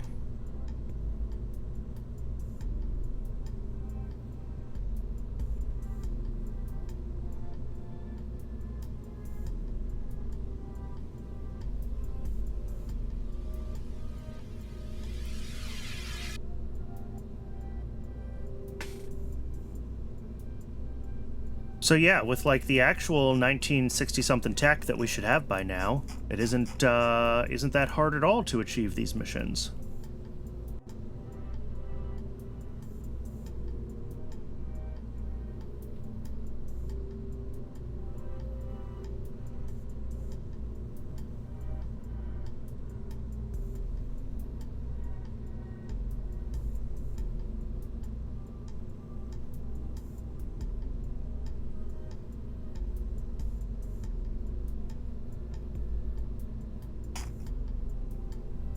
Let's see, rated burn time, 260 seconds, okay.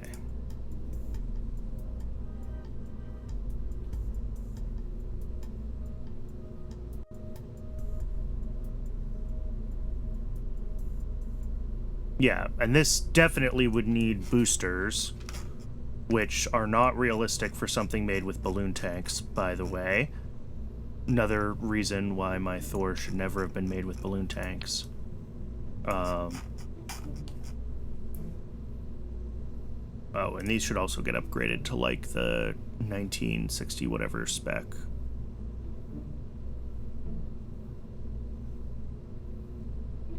Maybe they don't get it. Oh, here we go. Yeah, LR-101, NA-15... Nope. 62, yeah.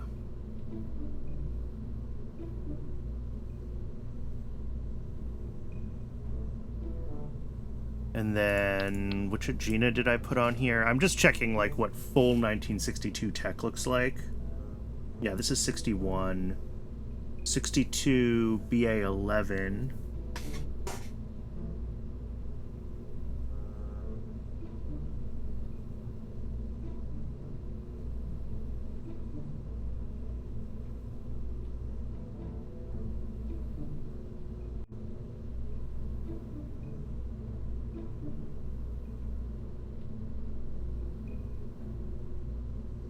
Yeah, it would be the BA-11, not the BA-7, if we go for full 1960s tech.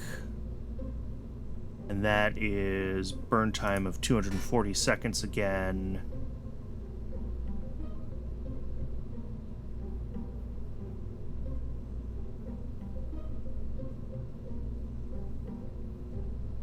Oh wait, no, this one was rated for 260, so like 265.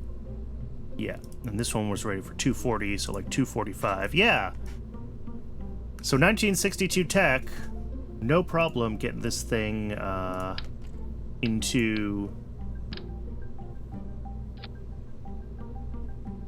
Yeah, even with the biggest camera, no problems at all getting this thing where it needs to go with 62 tech. So I think that's ultimately what killed this run, was tech.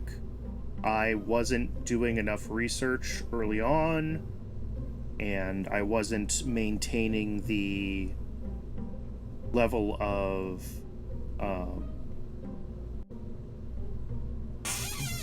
what's it called? I wasn't maintaining the not reputation. Yes, reputation. To keep my subsidy up, and that would have helped me keep paying for the researchers to like take in the science that I needed to be doing. So I needed to be running more optional contracts to bring in more science, to keep my reputation up, and to keep research running. I think there's lots of other small things that went wrong with this run, but I think that was the big killer. All right, well, knowing that that is the case, I still do want to wrap up the early nav network. I still want to see that done. I want to complete that contract. We put a lot of effort into getting that done. And then what I will probably do is take a longer intermission,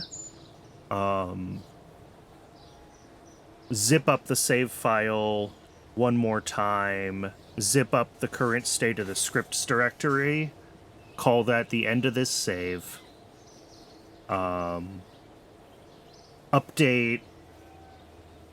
all the mods, and then the second half of the stream we will start over with lessons learned, and we'll try again. But let's get the nav network done first, because I want to see this contract done.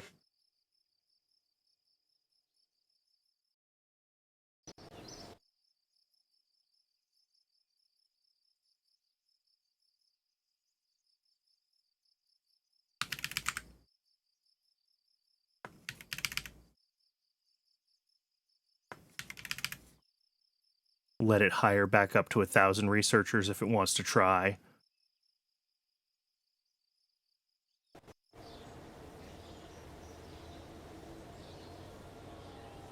All right. Satellite number, well, in theory, number 2, since the one that tried to be number 2 failed.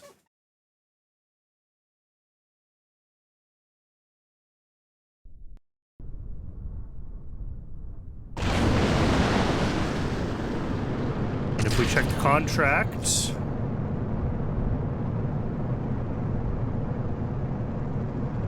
this is not interesting. This worries me. Does it think that that one has lost its orbit?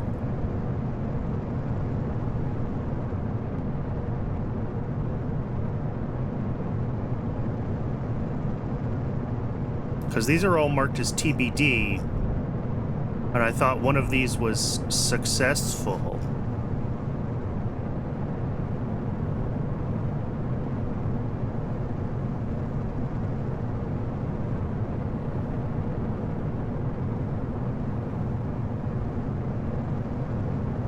Well, even if the contract bugged out and somehow my vessels aren't...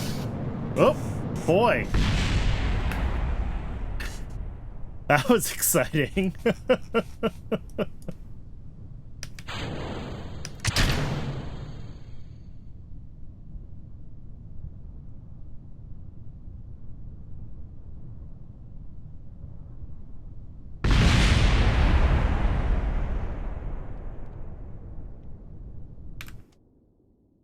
All right, let's go to the tracking station, and I want to hop on to looking at that satellite and see what the contract says when I'm in the view flying this thing.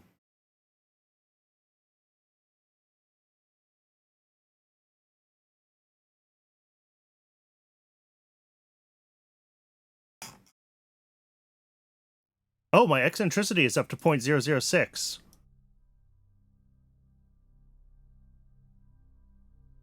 Just from normal fluctuations.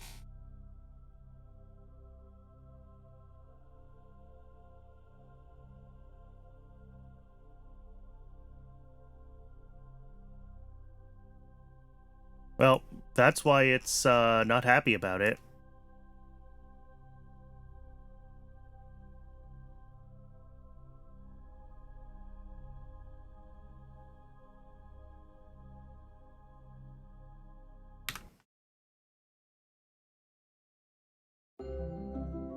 Well, we'll launch the rest of them. We'll float around. We might have to force complete the contract, which is too bad. But let's duplicate one of these guys. Nope, not enough funds. Okay, what do you cost? I don't even know.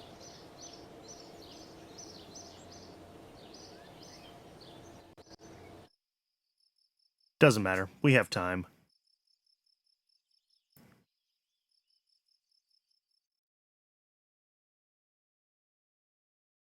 But yeah, these are, you know, a couple of months in between each of these launches, which is, there we go.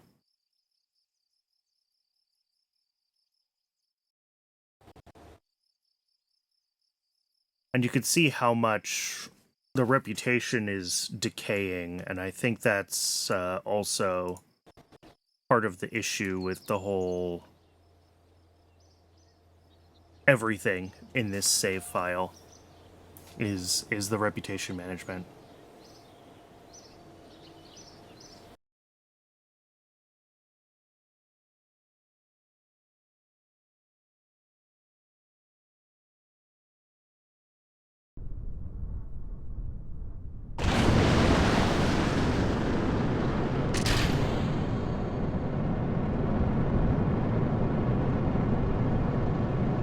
Yeah, looking at the LR89, we're up to like 6,000 DU, so this should be a pretty reliable engine.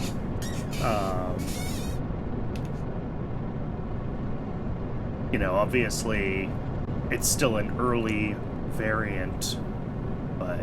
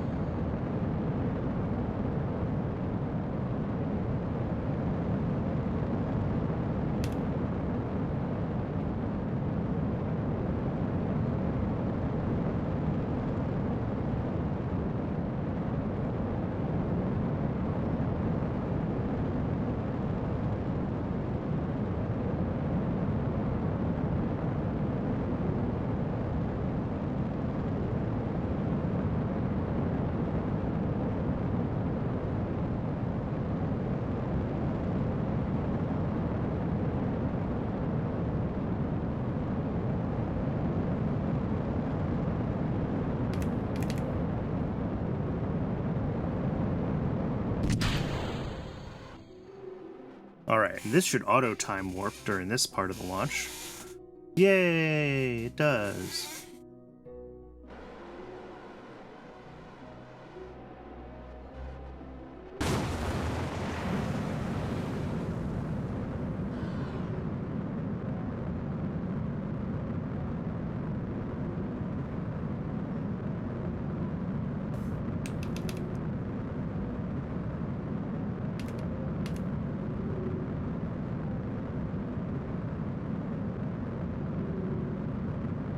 I don't want to really fast forward through this part too much because the actual final seconds of the burn need to be pretty precise.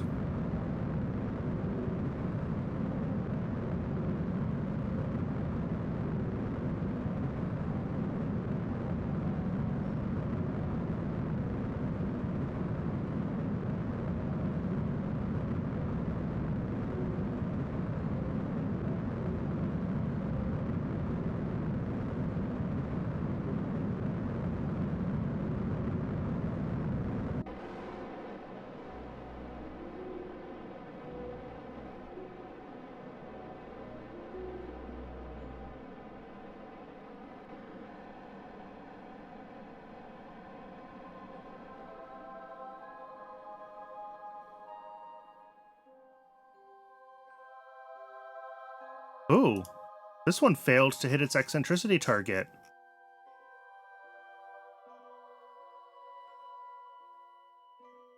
.005. That is also not ideal.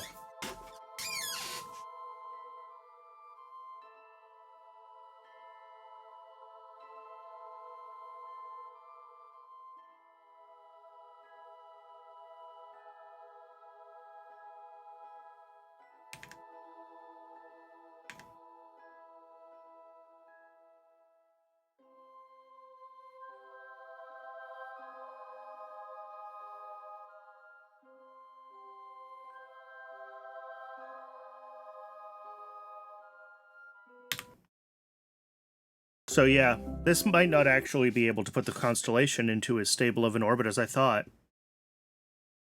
And I would say that at this point, if we're not completing this contract in the next couple of launches, then this save is really, really dead, unfortunately. Which I kind of have been treating it as dead, but we're dead.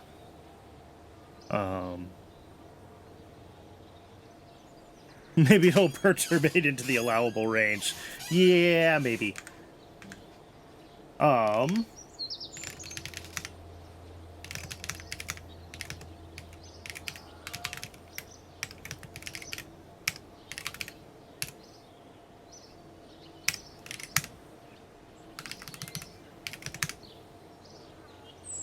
right. I am gonna start setting up a new save. I think, unfortunately, that is what we have to do.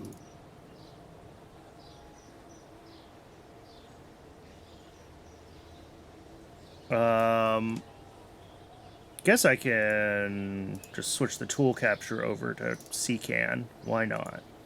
The whole world can watch me mess with mods. I am sure that this does not look great on stream, and I apologize for that.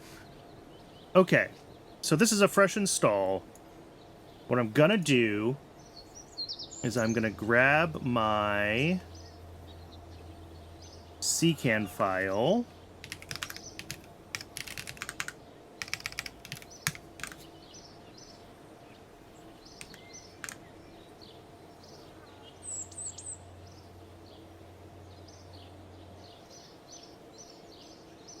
And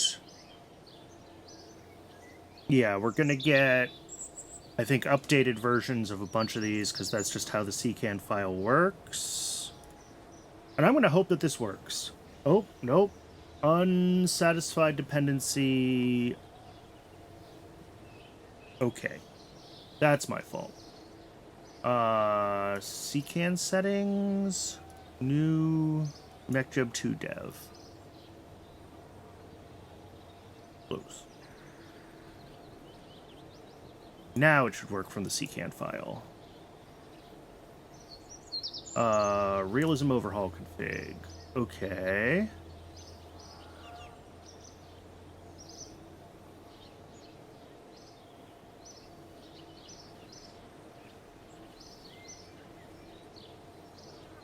Ooh. Which version of KSP Burst is installed in the old one? Couldn't find the right version of is even, yes.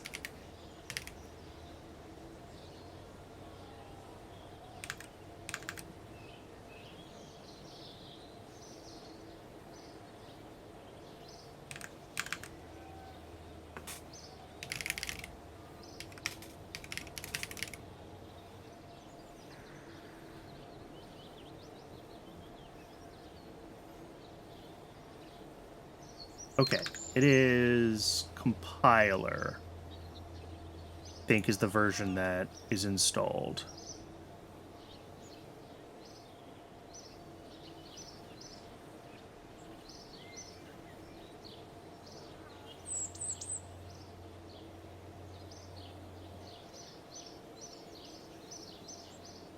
I think we want texture replacer. We want the big textures. I paid for those 20 gigs of VRAM. God damn it, I'm going to use them.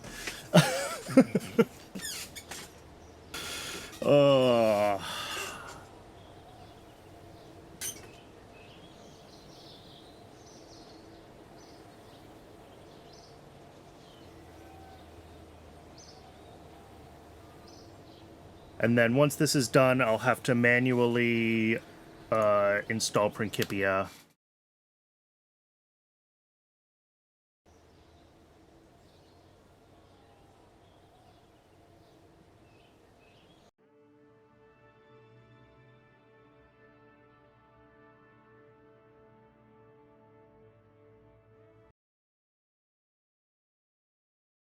And I can zip up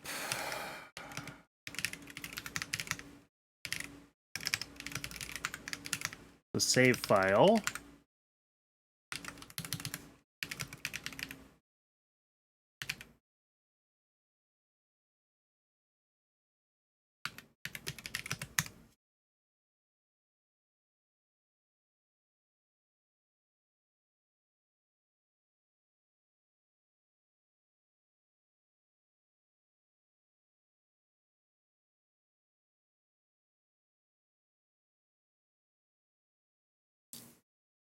I probably should have done the RP-1 express install and then installed my CCAN file on top of that just to make sure that RP-1 was all set correctly. But, oh well.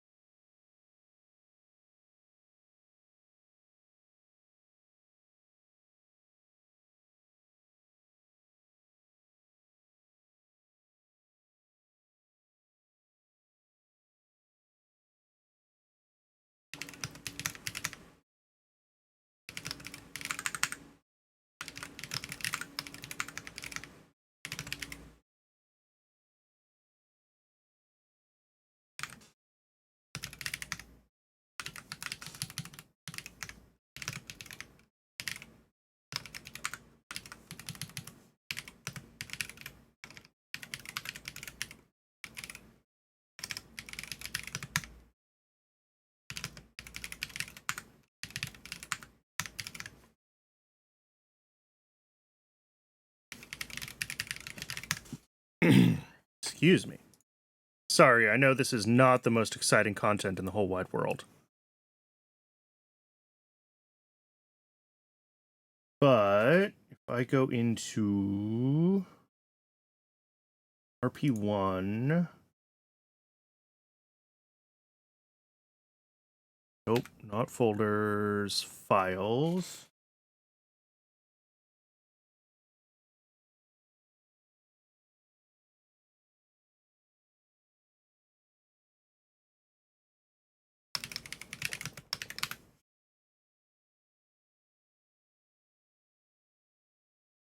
Dependency management is invigorating. Yeah. Okay. This thinks that it's done. This thinks that it's done. So I'm going to close CCAN. I'm gonna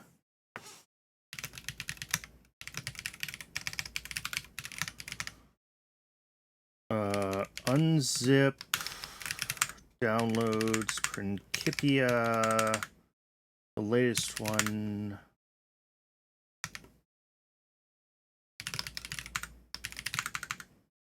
All right, that looks good.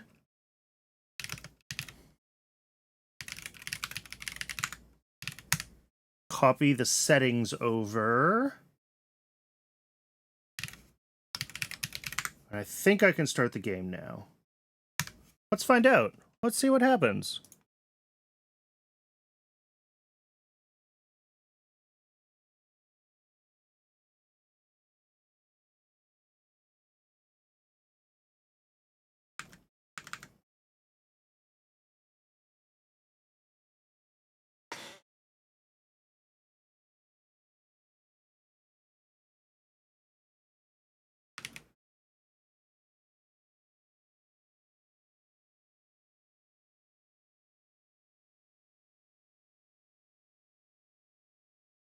Okay, so within the KSP folder that's linked from my Discord, I now have... There should be a subfolder that says attempt number 1, and all the old saves have been moved into it.